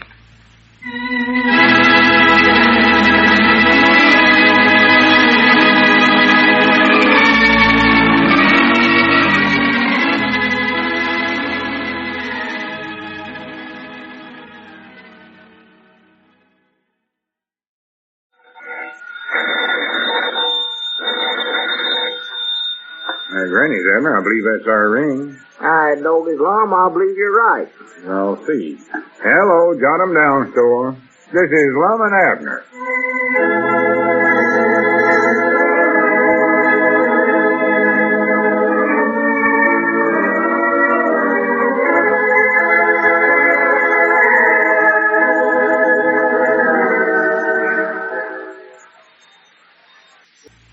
And now, let's see what's going on down in Pine Ridge. Well, today is the grand opening of Pine Ridge's new museum, and a large crowd is already lined up outside the door waiting for the momentous occasion. And as we look in on the little community today, we find two of the museum's officers, Abner and Cedric, inside the John 'em down store making last-minute preparations. Listen. Boy, there sure is a big crowd out there waiting to get in. Just look out there, Mr. Abner. Yeah, I know there, Cedric. Facts is, them young'uns in the front line there, they've been for like now an hour and a half that I know of. Well, why don't you go ahead and let them in? Because it ain't 1 o'clock yet. That's when the grand opening of the museums is supposed to start. That's what Lum said, 1 o'clock sharp. And besides, he ain't back here yet neither. Oh, whereabouts is Mr. Lum at? Oh, he run over to Dick Huddleston's store to get some more paper cups to serve the lemonade in. Oh, we're going to serve lemonade today? Oh, sure. Ain't nothing small time about this grand opening of ours, Cedric. Free lemonade for everybody. Balloons for the young'uns and favors for the ladies. Oh, what have you got for boys about my size? Well, here, you're part of the museum, Cedric. Oh, you ain't going to show me off? No, I ain't going to show you off. You're one of the high bossifers, don't you recollect? Oh, yeah, that's right. President or something like that, I believe. Yeah, and you get to dipper out the lemonade, too. Good for me. I wish Lum would hurry up and get back. It's just about a couple of minutes till we got to open up them doors. Reckon I order a sample of lemonade, Mr. Abner? It's done been sampled, Cedric. I done that myself. And another thing, I don't want you calling me Abner no more, neither. Well, that's your name, ain't it? Well, in a way it is, but see, I'm a king now, Cedric, and folks don't go around calling kings Abner. King? Yes, sir. Are you sure enough a king? I am a genuine 14-carat king. Well, I never knowed that before. Well, to be honest, I never knowed it myself till yesterday, when we got that last batch of buried treasure from over in Tennessee. Oh, did it say in there that you was a king? Well, it never just come right out flat-footed and said that, but see, there was a picture of me in there, and I don't know how my picture could have got into a suitcase full of old treasure that way, lest I was a king. Yeah, that sure proves it, doesn't it? Oh, sure, I'm it. Oh, what are you king of, anyway? Why? Well, I don't know, to be honest.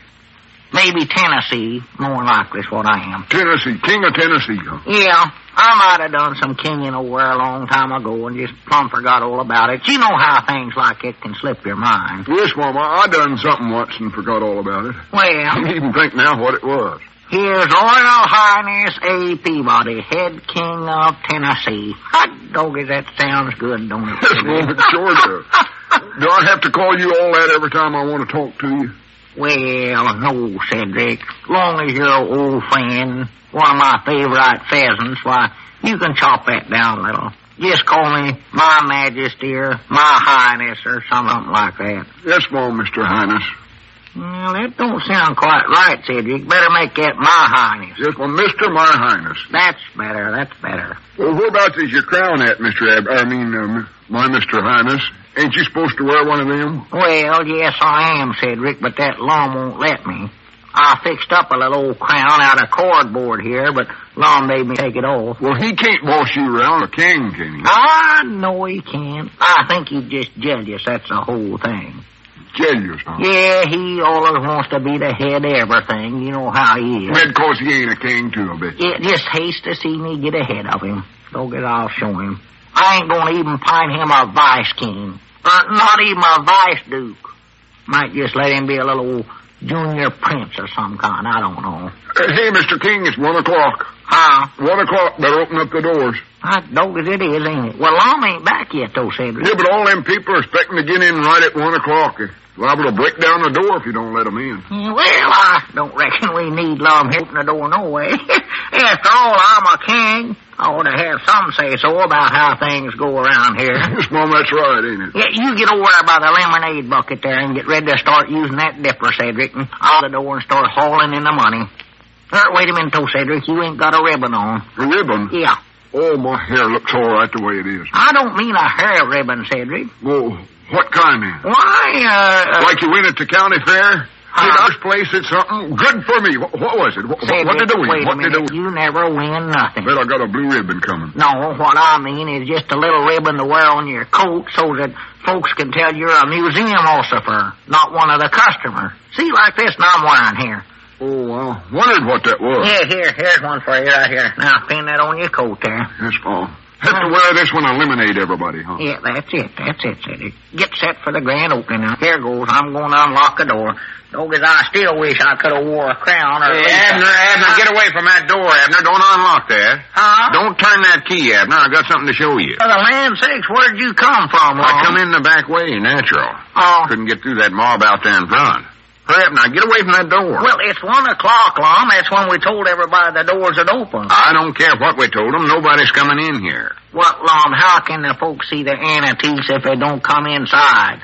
They ain't gonna pay 15 cents to stand there and peep through the windows. Well, if you'll just calm down for a second, I'll explain the whole thing to you. I still don't see why we went to all the trouble to put all this junk on display if we ain't gonna let nobody look at it. Well, in the first place, all that junk belongs to your papa. I don't... To Papa? Yes, sir. See this card here? Is Papa a king, too? I know his king must run in our family. That's funny. Papa never mentioned that before. Listen, Abner, let me finish what I was saying. This postcard just come in the mail this morning. It's from your papa. Oh, King Peabody. And he says he's coming to visit you for a spell. Well, good for him. More likely wants to sit down and discuss the king business with me. No, he ain't doing no such a thing. Wish he could have got here for the another museum today. We ain't got no museum. Can't you understand that? No museum? Well, just a minute. What do you call all these antiques we got strode around the store here, Lum? All this buried treasure stuff here. Well, I'm trying to tell you, that ain't no buried treasure. All this stuff around the store here? It's just your papa's belongings. He's been sending them on ahead. Here, read the card for yourself. Yeah, let me see that thing. You're talking here. You got me all mixed up. You want me to eliminate you, Mr. Lum? No, Cedric, I ain't thirsty. Well, it's free. Don't cost nothing. Got favors for the ladies, too. Hi, doggies. You know what, Lum? Papa's coming to visit me. Well, that's what I've been trying to tell you. He says here that he wants me to take care of his belongings when they get here. I reckon I better call up Dick Huddleston and see if any of his stuff has got in yet. Well, it's done got here. There it is, right there. It's what I'm trying to tell you. It's on display. Where? You mean that stuff there that was dug up by that fella in Tennessee? No, it wasn't. We just thought it was. Huh? We seen the boxes was coming from Tennessee and just jumped to the conclusion. We did. We never stopped to think that might be from your papa over there in Tennessee. Lum, you mean that all the time we thought we was getting buried treasure? That's exactly what I mean. Oh. That's how come that picture of you was in there. Well, I do know. I'll be a polka-dotted possum. I thought some of that stuff in there looked kind of familiar to me. You recollect one day, Lum, I said that sword in one of them boxes looked just exactly like one that Papa used to have. Yeah, then that made us stop and think right then. Why, sure. But no, you insisted on thinking it was buried treasure and start up this dadgum museum. Me? Why, I was again the idea all along, Lum. You was Well, on. ain't no time to discuss that now. We got to figure out what to do with all them folks lined up out there in front there. Oh, doggies, that's right. Well, what are we going to do about them? A balloon, Mr. Lum? No, Cedric. Lemonade, Mr. My Highness? Cedric, don't call me that no more. I reckon we ought to just go out there and tell them to go on home, because there ain't no museum after all, but I just hate to do it. Oh, some of them's been standing there for hours long waiting to get inside to look at the antiques. Oh, yeah, it'd be the worst one disappointment they ever went through. Yeah. Some of them might not never get over it. I don't know. Well, you just can't let them stand out there, though, Lum. No, we can't, I know. Oh, why don't we let them in anyway, Lum? They'll never know the difference. No, that'd be unhonest, Abner. Why don't we just come right out flat-footed and tell them that it's Papa's stuff? That'd be legal, wouldn't it? Well, nobody's going to pay good to come in here just to look at your Papa's old clothes and cooking pans and junk. No, I reckon not. What they got their head set on is seeing antiques. Yeah, some of Papa's things there is pretty old, Lum. Yeah, but it just wouldn't be honest, Abner. Looks like the only thing to do is just go out there and tell them the truth. I just hope we don't get lawsuit, though. That's what I hope. Lawsuit? Can they lawsuit for that? Well, sure, we advertised a museum in black and ink, and now we ain't got one. That's false misrepresentations and habeas corpus, too, I think. Oh, my goodness alive. Yeah, the minute we step out there and tell them, why, me and you are just as good as in the penitentiary. Now, don't say that, Lum. If they don't lawsuit us, they'll more than likely want to tar and feathers and run us clean out of town. Oh, my. Folks don't take a big disappointment like this without raising a big ruckus of some kind. I just hope nobody out there ain't toting for harm. Yeah, me too. Well, come on. We might as well go out and face it. Yeah. Come on, Cedric. You better come along with us. Want me to bring the lemonade? No, leave that stuff here. Hey, fellas! Wait a minute, Grandpap, what are you doing sneaking in the back way Well, I there? come in to find out when you're going to open up them pigeon-toed doors. Oh, that. Well, Everybody's getting powerful restless and fidgety out there. Oh. When are the flat-footed doors going to open? Well, they ain't going to, Grandpap, 'cause we discovered we ain't got no museum stuff for 'em to look at. Well, who cares about that? You don't think them folks are lined up to look at them old idiotic antiques, do you? Huh? All they've come for is the free lemonade and the balloons. I doggies, Grandpap, is that the truth? Why, sure, I hate to insult you fellas right to your face, but that's a fact. Well... Insult? I grannies, that's the happiest words I've ever heard spoke. Abner, open up them doors. Cedric, get to pouring out the lemonade. The celebrate's on.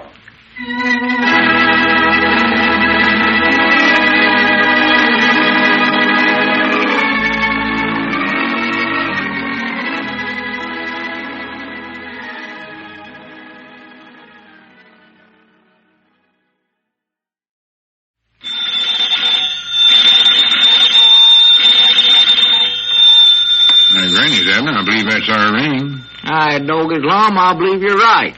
No, see. Hello, John 'em Down store. This is Lum and Abner.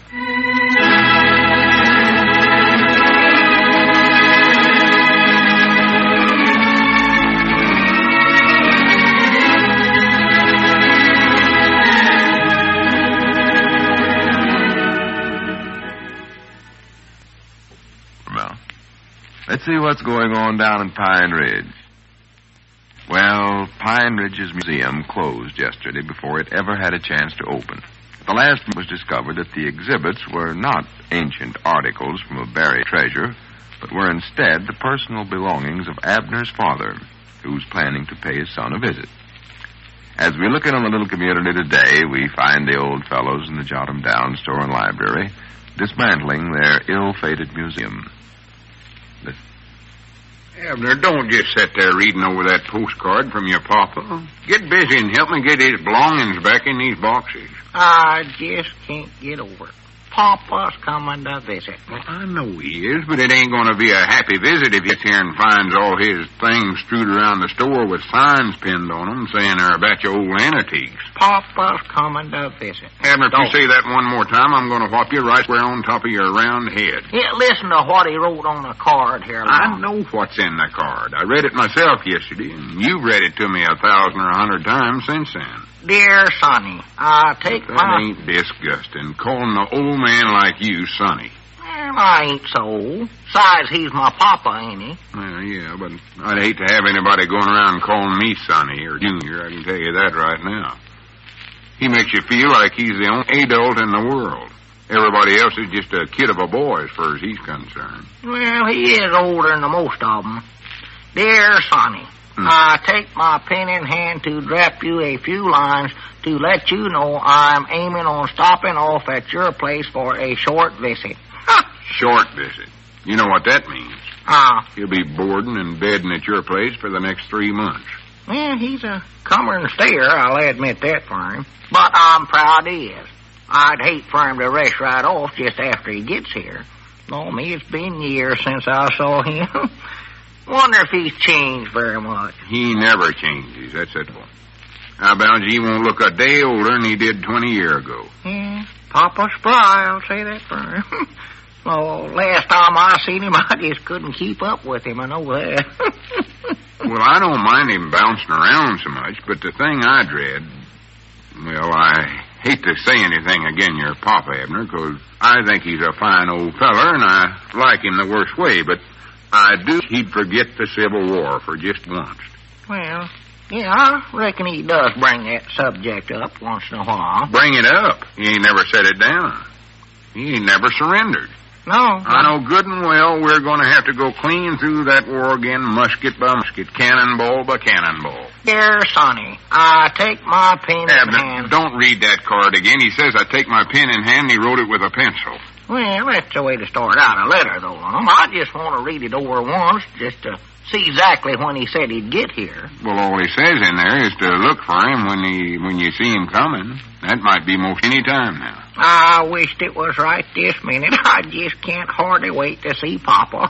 Yeah, that'll be nice for you. Oh, yeah. Nice for a papa and his boy to get together once in a while, I reckon. I just hope they hold a Papa and Son banquet over at the church while he's here. That'd sure be a happy day. Oh, that'll be a touching sight. Yeah, him and me walking along hand in hand. Little Junior. Yeah. I'll tell you one thing, Abner. We ain't going to have him hanging around the store all the time trying to run things for us. Oh, Papa won't do that long. Oh, no. You recollect what happened the other time he come to visit you. He weren't in a store 5 minutes before he wanted to change everything around in here. Yeah, he's got ideas on it. Acted like me and you never had brains enough to make change for a nickel even. Well, Lum, he was just trying to help is all he's doing. He never meant no harm by it. I know he never, but he might not have bankrupted us. You'll have to admit that. Bankrupted us? Why, sure, all that stuff he's always ordering for us to sell here. Oh. He never asked nobody, just went right ahead and ordered a whole batch of stuff in the world could have got shut up.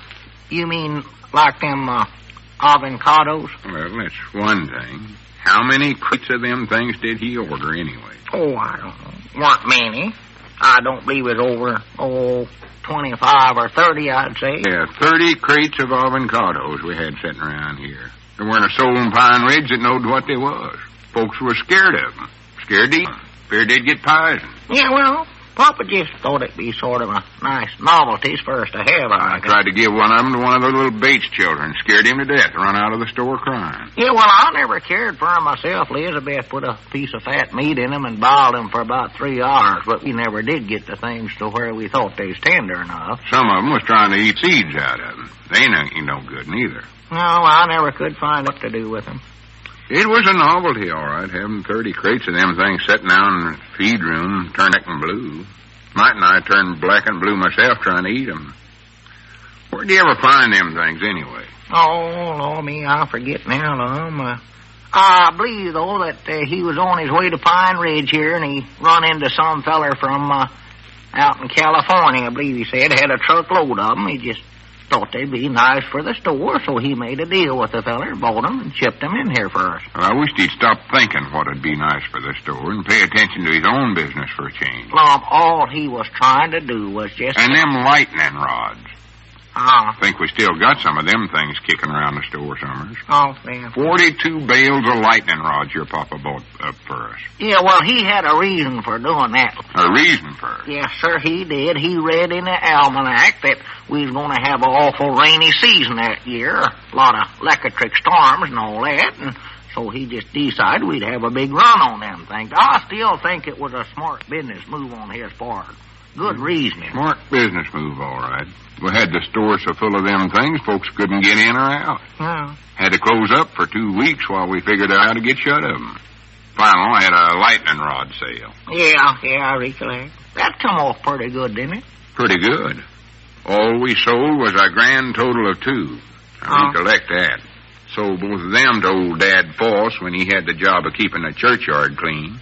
He used them to stab scraps of paper with. Well, Papa was just trying to help. I know what he was trying to do, Abner. I ain't holding it against him. I think your papa's one of the finest fellers ever drawed breath, but it just looks like he can't set eyes on nothing without thinking we ought to stock up on it, have it here in the store. Yeah, well, all right. When he gets here, Lum, I'll have a little talk with him. Better not make it a little talk. Well, Big talk with it. All right. But I don't think he'll do that no more. He's more likely changed the Look, wait a minute. There comes Cedric up out there. You sure? Maybe it's Papa coming. Where about? Where? No, it's Cedric. I can tell him a mile off. Oh, yeah, that's Cedric. Yeah, he don't look nothing like Papa at all. I'd know them any place. Maybe we can get him to help us pack your papa's belongings back in them boxes. Well, he ought to. He helped us get them out. He was president of our Buried Treasure Museum when we had it here. Fairly wonderful world. Doggy, Cedric, I'm proud to see you. I got some good news to tell you, Cedric. Mom. Papa's coming to visit me. Cedric knows that. He was here yesterday when you found out. Yeah, well, it's the truth, though. Papa's coming to visit me, Cedric. Yes, Mom, I know that. Is he sure enough? Oh, yeah, he's coming toward the world. Coming to visit me. Oh, for goodness sakes, here we go again. He'll be here most any day now, I reckon. Wish my pop would move away so he could come and visit me sometime.